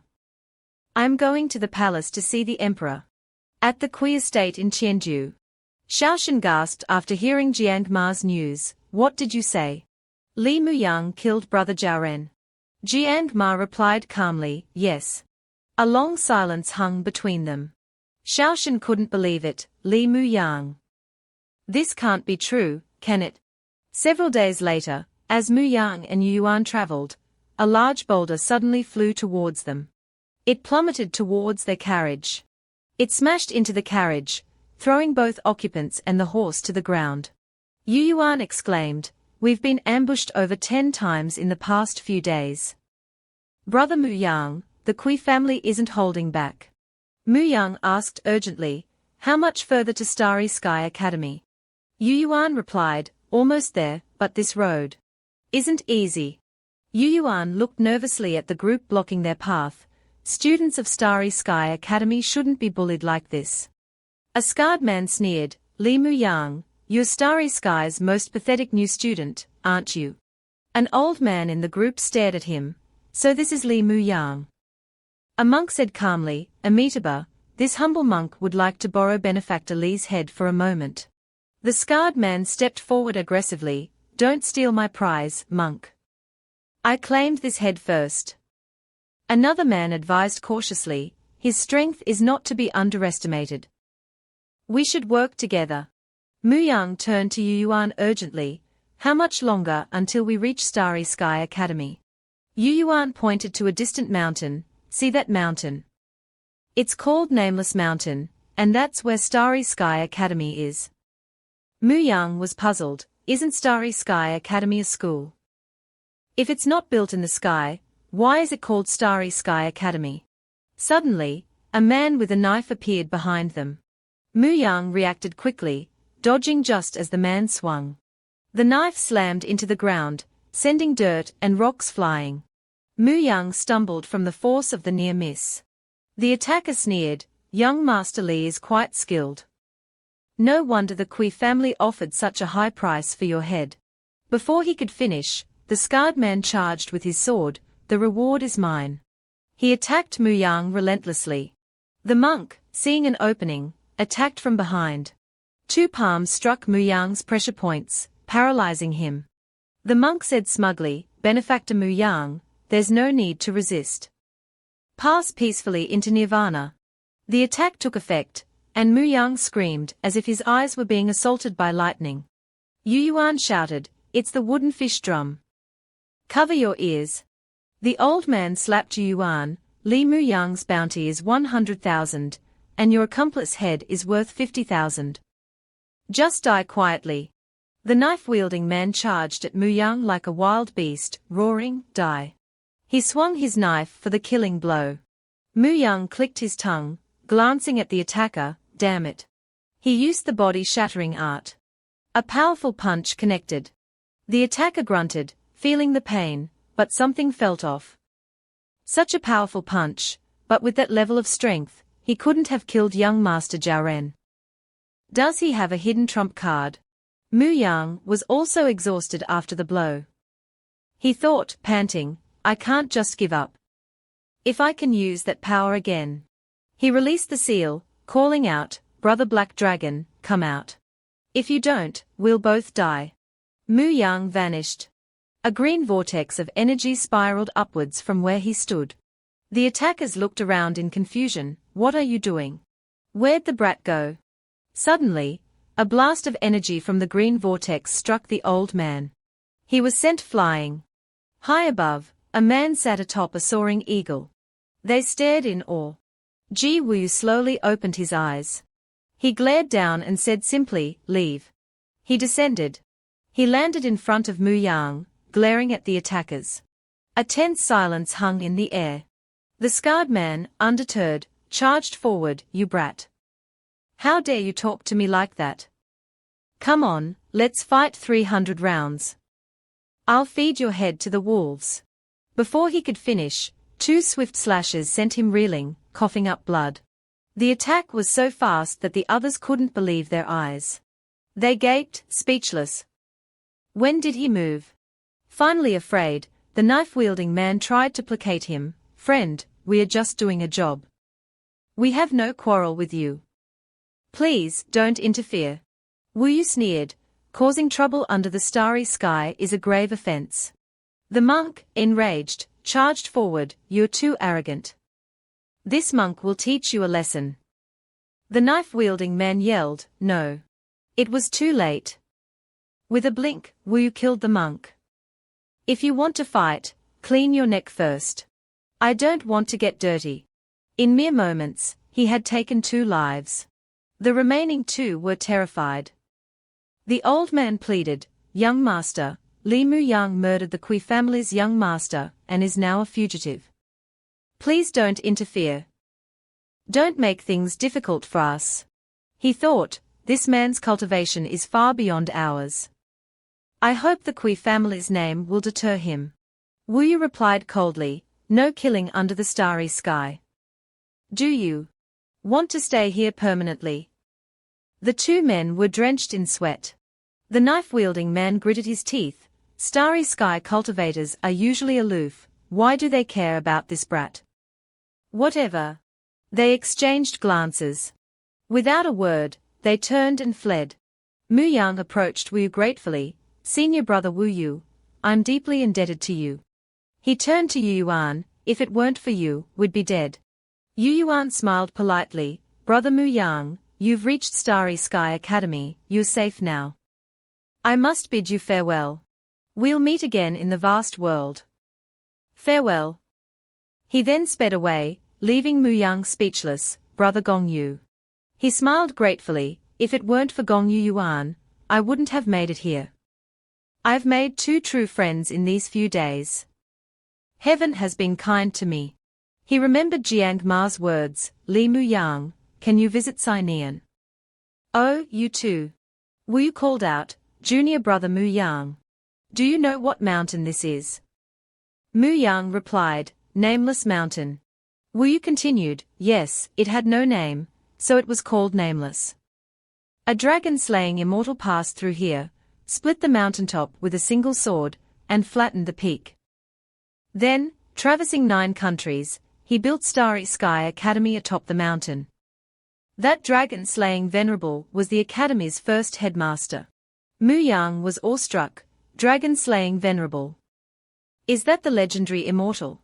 Ascending to immortality is easy, slaying a dragon is hard. Even if you don't become a dragon-slaying venerable, you can still reach the divine wandering realm. Travel the astral plane, and roam freely throughout the divine continent. Similarly, mountains crumble easily, but the path is hard. If junior brother Muyang truly wants to enter Starry Sky Academy, Wu Yu unleashed his power, sending a gust of wind through a clearing. The demonstration of power left Muyang in awe. Muyang's eyes widened. Thousands of endless steps leading to the mountain peak gradually came into view. Wu Yu continued, so, you need to overcome the 4 trials of wine, women, wealth, and luck. Good luck. Muyang took each heavy step upwards. He gasped for breath, seemingly drained of all energy. The mountain path was incredibly winding and long, and Muyang had only reached the halfway point. He sighed, wondering how much further he had to go. Muyang recalled Wu Yu's words. The Star Academy had always been detached from worldly affairs, but Wu Yu was willing to help with Muyang's worries. He also remembered Du Yuan's words. Brother Muyang, the Star Academy is very famous, it can certainly protect you and your family well. Muyang thought to himself, if senior brother Wu Yu had agreed to protect his parents and Sinian, he could focus on overcoming the trials. He wondered what secrets lay behind the wine, women, wealth, and luck trials Wu Yu mentioned. Finally, Muyang reached the destination. He saw a black-haired young man named Chu Tam, and a pink-haired girl named CG. Muyang spoke, are you also here to enroll? He clasped his hands and continued, I am Li Muyang, greetings, but was interrupted by Chu Tam. A lowly commoner dares to speak to this young master. Muyang angrily said, you. Suddenly, an older man emerged and said, are you 3 the candidates for this trial? He plopped down, holding a wine jar with the character wine on it.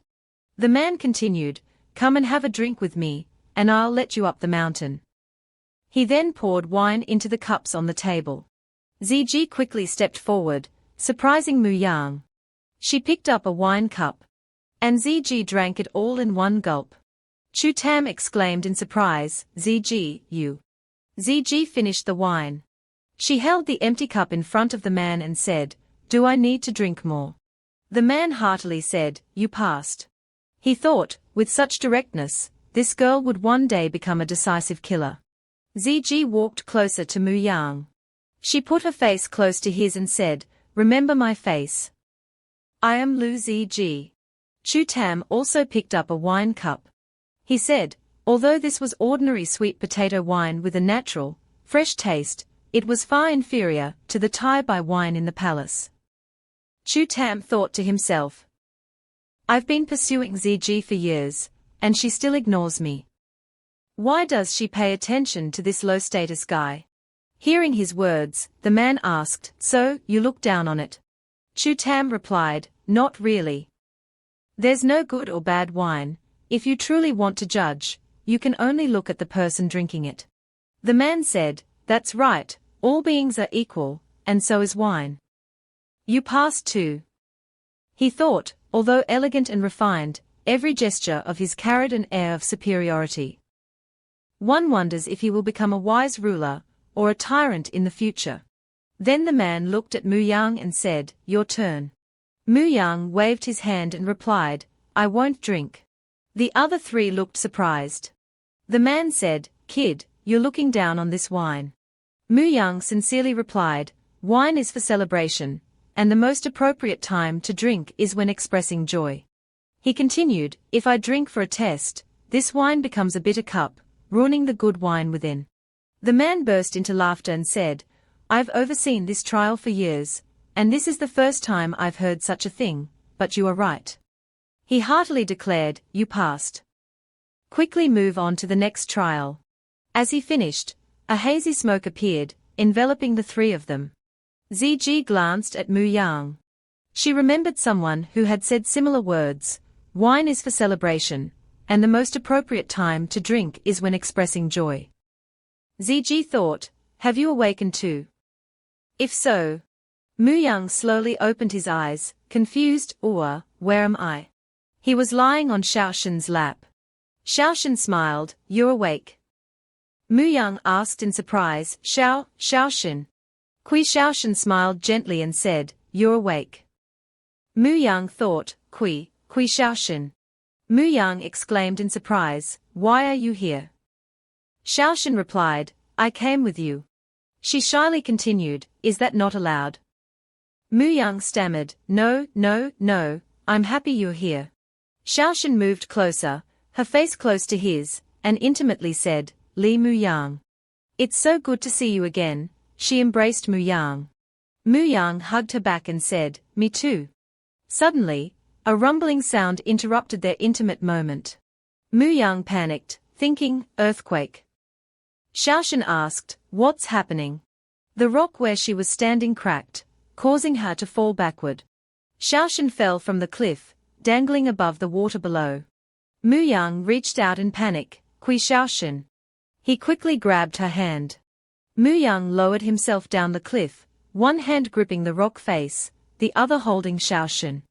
Xiaoshen cried out, Li Muang, you'll die too. Let go. Muang said, I know. Xiaoshen shouted, Li Muang, have you ever considered that this is just a test? I might not be Xiaoshen. I might just be an illusion. Muang firmly replied, I know. He continued, no matter who you are, if you've taken Xiaoshen's form, I must pull you up. Surprise flashed in Xiaoshen's eyes. She thought, idiot. The cliff where Muang was holding on suddenly crumbled. They fell together. They plunged into the clear blue water with a splash. Not far away, two masters were conversing, indifferent to life and death, yet unable to abandon love. Was this passing or failing the trial? A blue-haired master said, clearly knowing it was a test and still acting like that, foolish, utterly foolish. Such a person isn't worthy of being your disciple. This was the Taoist, Shiachu Qianbai, also known as Master Shiachu. Master Shiachu said, If I take him as my disciple, I'll teach him what must be abandoned on the path of cultivation to have a chance to reach the peak. A pink-haired master replied, "Ha ha ha, brother Qianbai, you are wrong. Education doesn't discriminate. This is the founding principle of our Star Academy, established by the first headmaster himself." This was the Buddhist, Kong Li. Kong continued, "Li Muyang may be foolish and stubborn, but he values love and righteousness. He's somewhat endearing. You needn't be so reluctant. Just let him be my nominal disciple." Then they started bickering. "Kong Li, you're bullying me. You want to steal my student. I absolutely won't let you have your way this time. Anything you look at becomes yours. So if I set my eyes on you, you're mine too." A voice interrupted their argument. "Seniors, why argue over a student like this? It was Instructor Tu Long, Yang Xiaohu." The other two retorted, "Then you take this student. Do you want him?" Instructor Yang stammered, "Yes." Elsewhere, a voice woke Muyang, "Little brother, you're awake." Muyang slowly opened his eyes. Where am I?" He thought, this is an illusion. Muyang was lying on a cart with a large chest. It turned out he had been rescued by a caravan. A hearty man said, "This is Hongma Valley. You were lying unconscious by the roadside, and we brought you back." Muyang gratefully replied, "Thank you for saving my life." The man continued, "You're welcome. Out here, an extra friend is an extra chance. Where are you headed, little brother? If we are going the same way, would you like to travel together?" A shout rang out, "Bandits! They are robbing the caravan." The man turned around in alarm. "What?" Muyang also looked up in astonishment. A fierce group of bandits wielding knives charged towards them. Both the man and Muyang were stunned. A blade suddenly slashed towards them. The man quickly pushed Muyang away, shouting, "Careful." But unfortunately, the man was fatally struck, blood gushing out. The bandits mercilessly slaughtered the caravan. Muyang's eyes burned with rage. He grabbed a blade and roared, "Stop!" Then slashed at a bandit. He cut down the bandits before they could react. Muyang seemed to have gone berserk. At a bandit camp, a man laughed loudly, "Not a bad haul today." Bandits chatted amongst themselves, "Got any wine? We'll trade you for some fine silk. Boss Meng Ge, every time you guys go out, you get a big haul. We can't compare." Clop. Slow footsteps approached. A bandit turned, "Who's there?" It was Muyang, holding a blade, his eyes filled with killing intent. He coldly said, "If you don't go to hell, who will?" The blade in Muyang's hand radiated a strong killing intent. The bandits' faces paled. A bloody massacre ensued. At the WAN Lee escort agency, the escort chief was panicking, "It's over, it's over, it's all over." Someone shouted, "Chief, someone brought back the stolen goods." The escort chief rushed out to see the stolen cargo, intact in front of the agency. Not far away, Muyang was hiding behind a tree, observing everything. He remembered the man's words, "This is Hongma Valley. You were lying unconscious by the roadside, and we saved you." Then Muyang recalled the image of the man being killed. Back in the present, he thought, "This is what you deserve."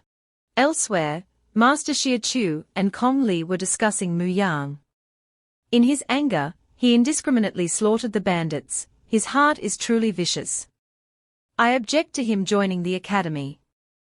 Indeed, this boy can't control his emotions, can't bear the rules, the secular world. If he learns celestial powers, won't he become a menace? Master Xia Chu said, "That's wrong. Killing bandits in anger, wiping out their entire clan, is an excellent way to eradicate the roots." Kong Li replied, "Not only that. He didn't touch the money, returning it all to its owner. A heart like this is truly a rare gem." They both said in satisfaction, "We must take in these heroes and slowly teach them." Realizing they agreed, they glared at each other, prompting Instructor Yang to intervene, "Masters, calm down, calm down." The illusion vanished. Muang stepped out, thinking, the illusion is gone. Did I succeed?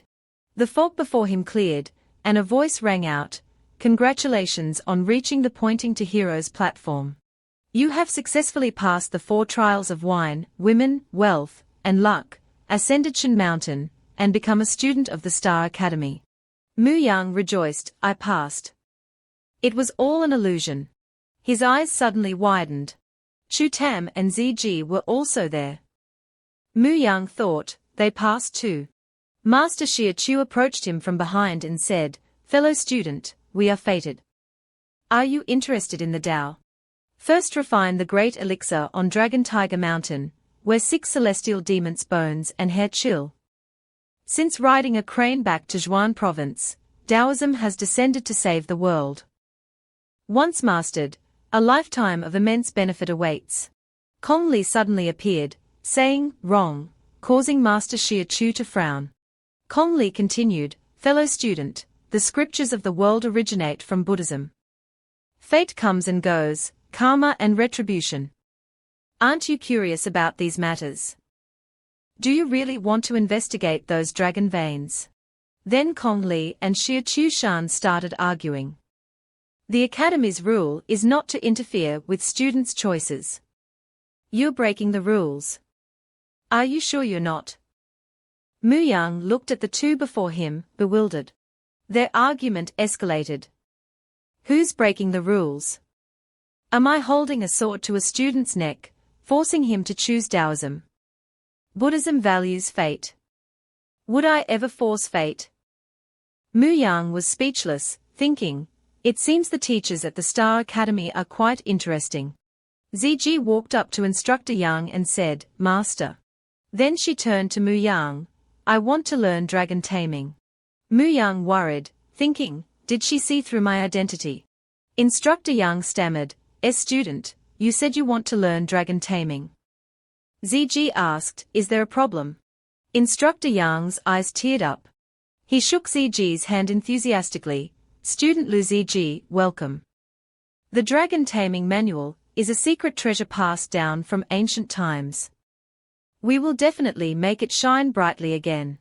The blue-haired and pink-haired masters sighed in disappointment. Lu Ziji's performance in the trials was impressive, but it's a pity she doesn't seem to think things through. Even choosing your Tao techniques would be stronger than dragon taming. Muang asked, seniors, is there some secret about dragon taming? Xia Chu Shan replied, of course. Dragons are just legends. No one has seen a real dragon for 10,000 years. If there are no dragons, what's the point of learning dragon taming? Kong Li took the opportunity to persuade Muang, so, Student Li Muang, have you thought it through? Buddhism is the orthodox path. Come to us. I guarantee I'll teach you everything I know. Then they started arguing again. Muang is already my disciple. Still trying to snatch him. I also said he has already joined my sect. So what? Do you have proof? So do you have proof? Suddenly, Muang said, hey. I also want to choose dragon taming. The two arguing turned, exclaiming in unison, while Instructor Yang's eyes lit up. He rushed to Li Muang and hugged him, Student Li Muang, thank you for choosing dragon taming. I'll treat you well. Muang thought, I don't want to admit it, but the hidden power within me might be the power of a dragon. This dragon taming major will surely explain dragon-related knowledge. Perhaps I can understand the mysteries of this power. Xia Chu Shi and Kong Li approached Instructor Yang menacingly, using Lu Ziji's beauty to steal students, you bookworm. 1. Books. We must discuss the Tao sometime. 2. Two masters, thank you very much. Muang said, seniors, knowledge is boundless. Although I chose dragon taming, I hope to learn from both of your sects. Please don't dislike my lack of talent. Kong Li and Xia Hu Shi said in unison, remember your words. At the dragon taming building. Instructor Yang led Muang and said, come, come, come. From now on, this is your place. He showed Muang around, moreover, This was the most magnificent place in the Star Academy. Instructor Yang pointed to a mountain and said, "Look, that's Enyu Feng, also known as the Land of Dragon Clouds." Muang was stunned. His eyes filled with tears. Muang thought, huh? What's wrong with me? In Jiangnan City, father, mother, I'm home. At home, Sinian was scolded as she entered. "You girl, we have guests, why are you still chattering?" A voice asked, "Is this child Sinian your daughter?" Sinian's father replied, "We usually don't discipline her much, making us a laughingstock." The girl replied, "It's all right. She was the eldest daughter-in-law of the Lu family, Gongsun Du." She said, "Then let's head to Qiandu." Sinian thought, going to Qiandu? What if my brother comes back? Will he be able to find us? "Brother, how are you now?" At the training grounds. Muang was training diligently, thinking, ever since seeing that mountain, I cried all night before barely stopping. Enyu Feng, that mountain is so strange. I think it should be renamed Lei Feng, Tear Peak. Instructor Yang said Enyu Feng is also known as the Land of Dragon Clouds. Could it be related to the black dragon inside me? Also, why did I feel a sense of familiarity when I saw Enyu Feng? Like returning to an old home. Muang punched, a spark flashing. Ziji suddenly interrupted, striking a pose. She crossed her arms, looking at Muang with a grim expression. Muang asked suspiciously, "It's you. What's the matter?" Ziji replied, "I came to find you too." Ziji coldly said, "I came to find you for a fight to the death." A powerful aura emanated from her. Muang waved his hands in confusion. "Wait, we just met. Why do you look like you have a grudge against me?" Ziji coldly continued, "Less talking." With a whoosh, she lunged at Muang. Muang stared, eyes wide. Instructor Yang's voice rang out, Lu Ziji, are you also looking for Li Muang?" Ziji stopped. She turned and asked, "Master? Instructor Yang?" He smiled and replied, "I was afraid you two couldn't find the classroom, so I came to look for you." Muang quickly hid behind Instructor Yang. "Instructor Yang, Lu Ziji, she." Ziji just snorted. She glared at Muang and coldly said, "Instructor Yang interrupted us today, but we will definitely have our fight another day." Muang thought, she really wanted to kill me just now. This Lu Ziji, could she be my enemy from a past life? Instructor Yang calmly said, "Come on, both of you, follow me to the classroom." It was said that when the Star Academy was founded, the dragon taming department was the strongest and most prestigious in the academy. Dragon taming students therefore received the best accommodation and teachers. But after 10,000 years of glory, the so-called dragon clan became a legend, and the dragon taming department declined along with it. Since then, the dragon taming department hasn't been able to recruit any students for many years, and finally, it's reopened. In the dragon taming lecture hall, Instructor Yang cheerfully said, welcome everyone. Our dragon taming class this year is truly full of talent and great potential because we have 6 new students joining dragon taming this year.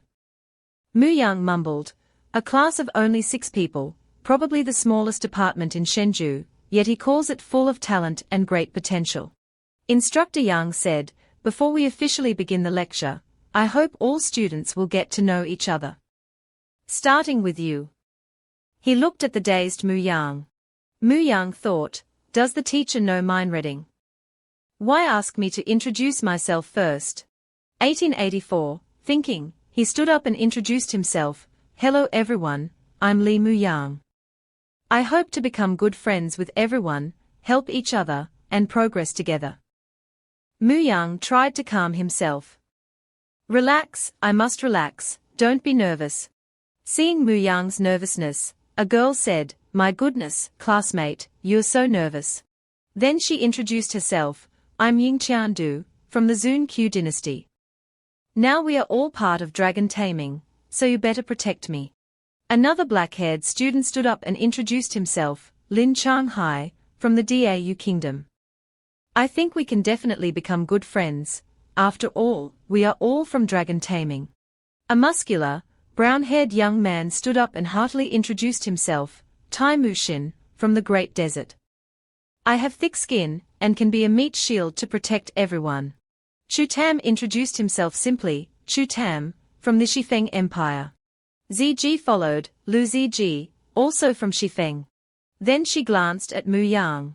Chu Tam noticed and thought, time and time again, attracting Ziji's attention. Just what is Li Muyang's background?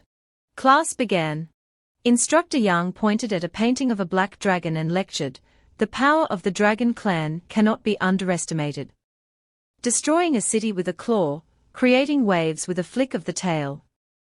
All are easy for them. According to the records, there are 3 treasures that are the dragon clan's weapons.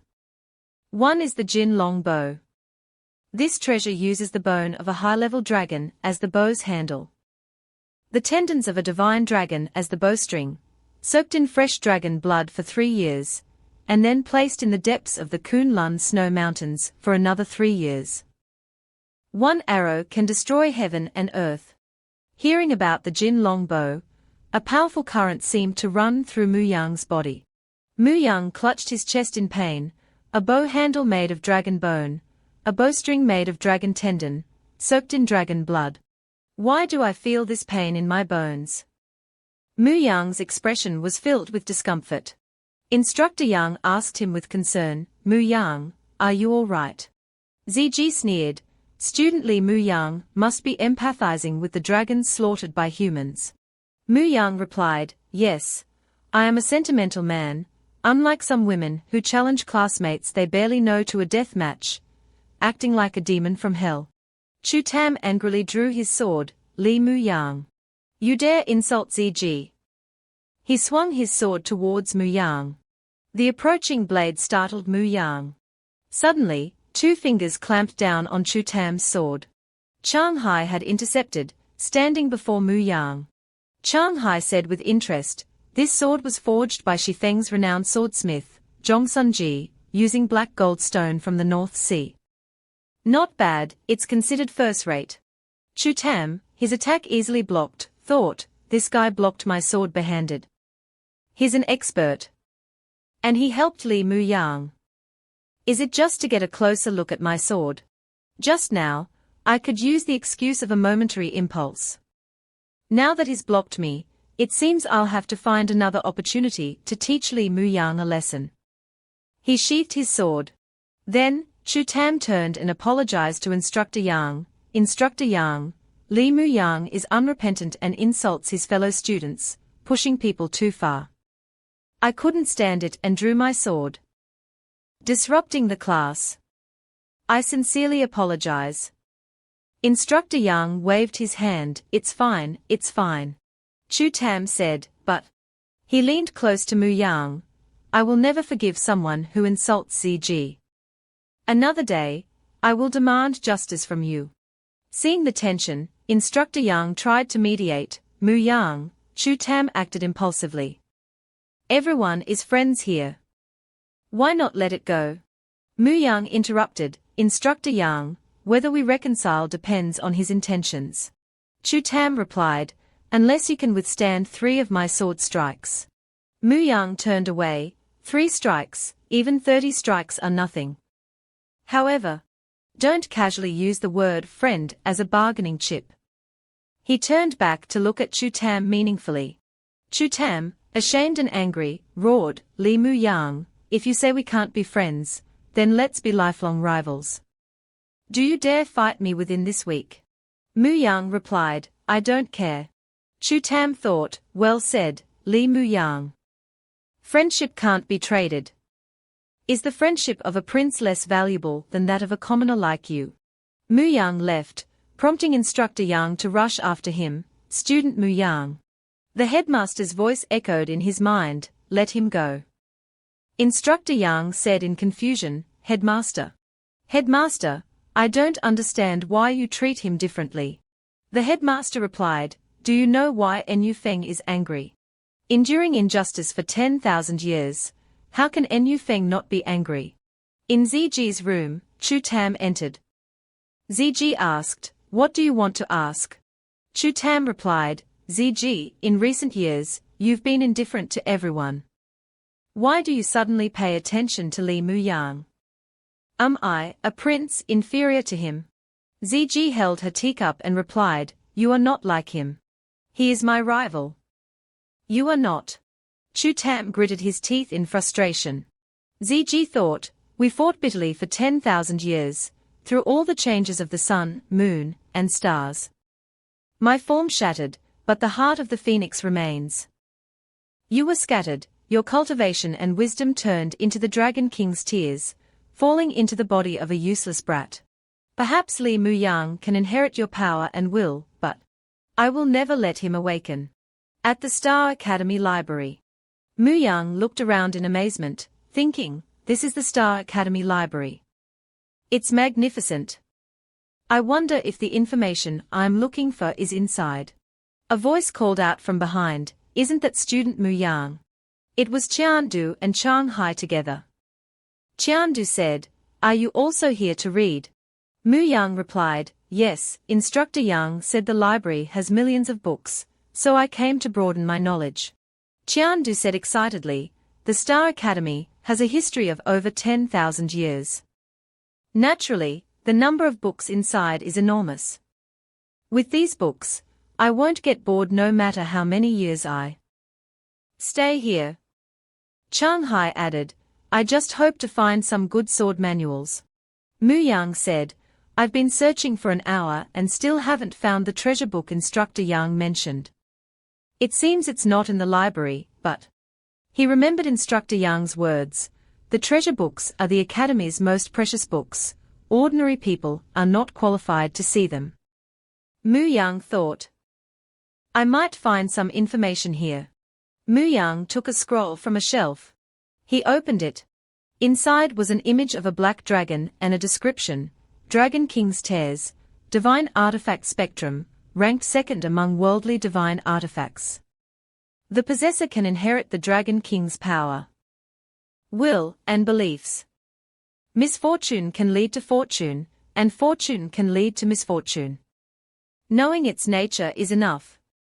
Muyang thought, "Knowing its nature. What is that? And where is it hidden? There's no description. To understand these divine weapons, I must find that treasure book." Noisy arguing erupted outside. "I got this autumn wind 3-sword style first. Why should I give it to you?" Muyang said, "That's Lin Shanghai's voice." He rushed outside. Qiandu and Shanghai were holding a book, facing a group of strange people. Shanghai said, "Although the books in the library are for us to read, we should still consider who got it first." A man with a center-parted hairstyle from the 7 sons of Changbai sneered, "You got it first, but I saw it first. Considering first come, first served, shouldn't you give this book to me?" Shanghai said angrily, "You're being unreasonable." Muyang was rushing towards them. Other 7 sons members sneered, "If you say we are unreasonable, then we'll be unreasonable. The Academy doesn't forbid student sparring. Let's go to the Star Arena and test our skills." The center-parted man added, "You foolish dragon-taming kid, give me the sword manual. Don't meddle, or you'll lose your limbs and won't be able to practice swordsmanship anymore." Muyang turned to Qiandu, "They are bullying Shanghai. Are we doing this?" Qiandu replied decisively, "Shanghai is my younger brother. Of course, I'll help." The center-parted man said, "Kid, you refused a toast, now you'll drink a forfeit. Don't blame us for being ruthless." He shouted, "The 7 sons of Changbai are united. Whether you come alone or bring a crowd, it's up to you." The 7 sons charged towards Shanghai. Muyang quickly darted in front of Shanghai. Qiandu punched a 7 sons member in the face.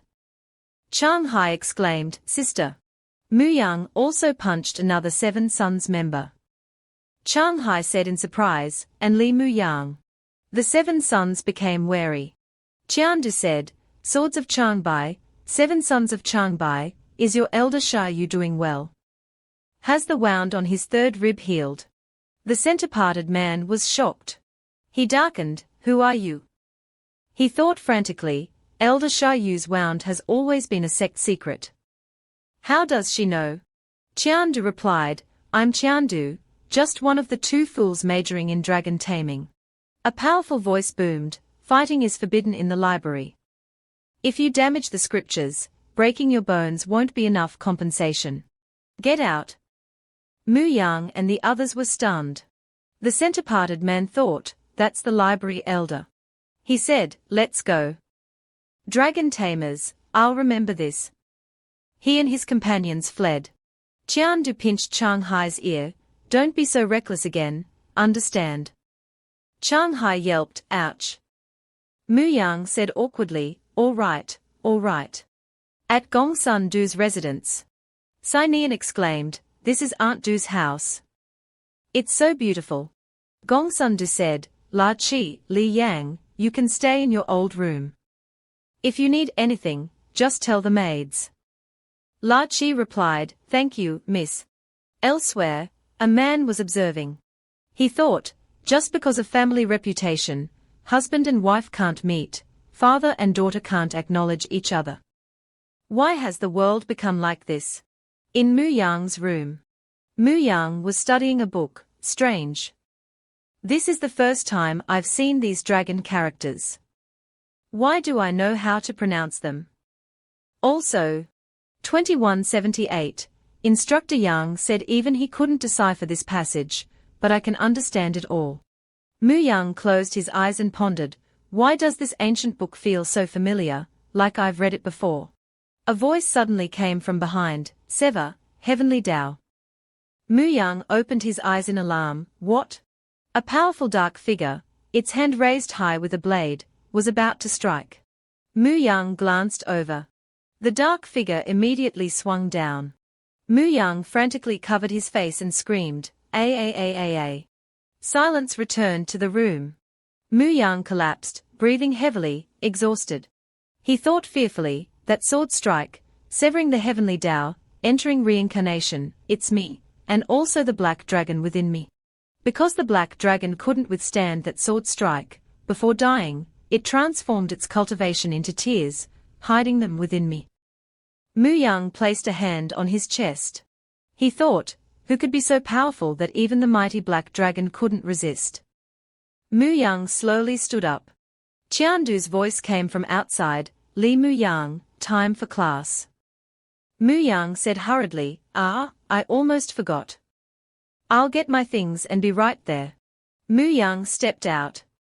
Changhai said, let's go. Instructor Yang said, we are learning dragon language today. Don't keep him waiting. Muyang turned to leave when Qiandu called, wait. She placed her hands on Muyang's shoulders. Qiandu brushed his clothes, your clothes are wrinkled. Muyang blushed. He mumbled, thanks. Changhai said, sister, this is the first time you've done this for a boy, right? He teased her, Sister Qiandu, that's very dangerous. Qiandu retorted, HMPH, looking for trouble, so suspicious. In the dragon taming classroom, Instructor Yang held a dragon language book. Students, please take good care of this. This is the dragon language I copied for you. The original is with me, and there's only one copy, so I can't give each of you one to examine. He continued, based on my years of research, dragon language is obscure and difficult to learn and imitate. Its pronunciation is simple, sometimes just a single sound. But those single sounds, based on their tone, volume, length, and other factors, have different meanings. Mushin asked, Instructor Yang, aren't dragons just powerful beasts? Do they have language too? ZG scoffed, ignorant. The dragon clan has extraordinary combat power, but also a strict hierarchy. Their intelligence is no less than humans. Of course, they have their own language. Mushin fumed. Muyang opened the dragon language book. He thought, so that's it. No wonder that flood dragon appeared to protect me, or rather, it was protecting the black dragon inside me. Instructor Yang said, Student ZG is right. Dragons not only have their own language, but their language often carries special powers. Next, I will demonstrate a sentence. Instructor Yang closed his eyes. He opened his mouth and began speaking in dragon language. Qiandu and Chang Hai looked stunned. Chu Tam and Mu Xin were equally astonished. Instructor Yang finished and said cheerfully, "You probably didn't understand. I just spoke a sentence in dragon language, meaning." Before he could finish, Mu Yang blurted out the meaning in anger. Instructor Yang looked at him in surprise. "Student Mu Yang, how did you know?" He said excitedly, "Student Mu Yang, you can understand dragon language." Mu Yang flinched. He thought, "Li Mu Yang, oh Li Mu Yang, why are you always courting death? If the instructor finds out about the black dragon inside me, won't he dissect me on the spot?" Mu Yang feigned ignorance. "Instructor Yang, did I say something?" His classmates said, "We heard Brother Mu Yang say anger." "We heard it too." "Student Mu Yang, isn't this something to be proud of? Why hide it?" Mu Yang lowered his head. Panicking, "Can I just sever ties with you all?" He asked. Instructor Yang, was my answer correct? Instructor Yang replied, "Yes, your answer is correct." Mu Yang thought, "In that case, I can only pretend to be confused and let it go." He shook Instructor Yang and said in mock surprise, "So, I understand dragon language." Instructor Yang, am I a genius? Instructor Yang, slightly dizzy, said, "Student Mu Yang, calm down. This is just the beginning. You still need to be humble, humble." Mu Yang let go and scratched his head innocently. ZG observed everything, thinking, has he started to awaken? Late at night, in Mu Yang's room. Mu Yang studied a book. Strange. This is the first time I've seen these dragon characters, yet I know their pronunciation. Furthermore, Instructor Yang said he couldn't even decipher this passage, but I can understand it all. Mu Yang read aloud, "Heaven and earth, mysterious and yellow. The universe, vast and desolate. Sun and moon, shining brightly. Stars, numerous and brilliant. Clouds ascend to the sky. Dew condenses into frost. Gold is born from tears. Jade comes from hard rock. Rivers flow to the sea. Tides follow the moon. The Dragon Master and Fire Emperor regulate the human emperor. Only my dragon clan lives as long as the heavens. Only my dragon clan shares the boundaries with the earth." At a waterfall where Kong Li and Xie Chushi were standing, Kong Li said, "En Feng is stirring." "What's happening?" Xie Chushi was chanting, "I'm using the 5 ghosts wind-seeking technique. There's no sign of any powerful presence." The headmaster's voice echoed in their minds, "Don't panic." They recognized his voice. The headmaster stood high above, observing En Feng enveloped in lightning. He said, "Sigh, 10,000 years of hatred, you're still not resigned. Still hoping someone will summon your souls." A black dragon's body coiled around En Feng. Born as a dragon, blessings abound. Born as a god, power endures. A majestic black dragon coiled around En Feng, lightning crackling around it. It roared mightily. Kong Li was stunned.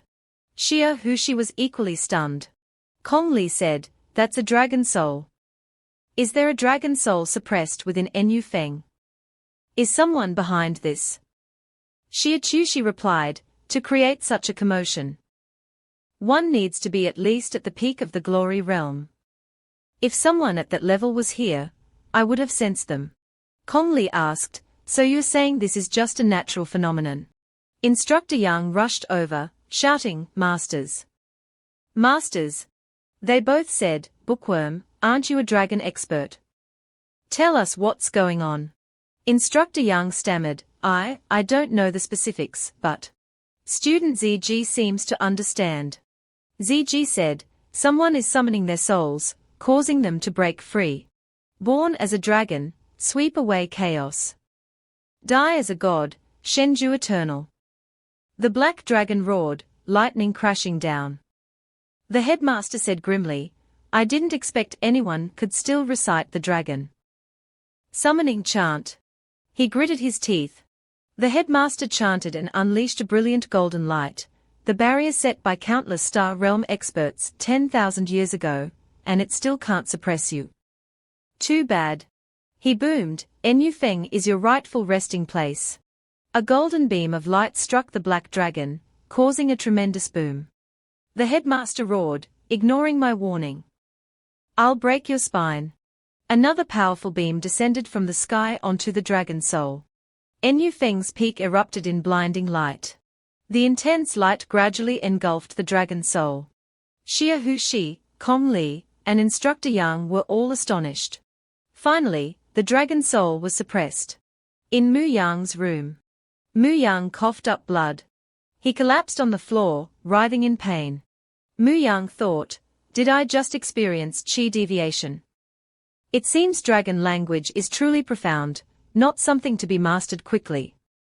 No wonder Instructor Yang warned us not to be greedy. I just chanted a sacrificial text for the deceased dragon experts, also calling upon their souls for comfort.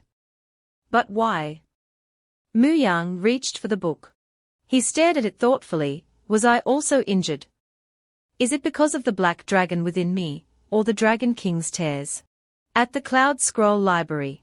Students were discussing yesterday's event. Hey, did you see it last night? A dragon soul appeared above Enyu Feng. Of course. I heard it was a dragon raising its head. The headmaster had to personally suppress it. Mu Yang listened and thought, a dragon raising its head. Lin Changhai told me about this last night too. Based on the timing, it was when I was chanting the dragon language. Could that sacrificial text actually summon a dragon soul? Xia Chushi arrived. Mu Yang thought, I didn't think much of it before, but now I see the Star Master's demeanor is extraordinary, beyond what ordinary people can imagine. Luckily, I was clever enough to choose such a powerful mentor upon entering the academy. This is extra cultivation for my Taoist studies. Xia Chushi stepped onto the podium. Everyone, you've just enrolled. I want to remind you to be responsible for your own lives. Each person has their own cultivation method. Some focus on Taoism, some on dual cultivation, and some want even more. Therefore, I feel responsible to teach you this lesson first. Today, we'll discuss the clear heart mantra. Mu Yang thought, is Master Xia Chu criticizing me, implying my thoughts are too complex? Xia Chushi began teaching. Lao Tzu wrote, the great Tao is formless, giving birth to heaven and earth.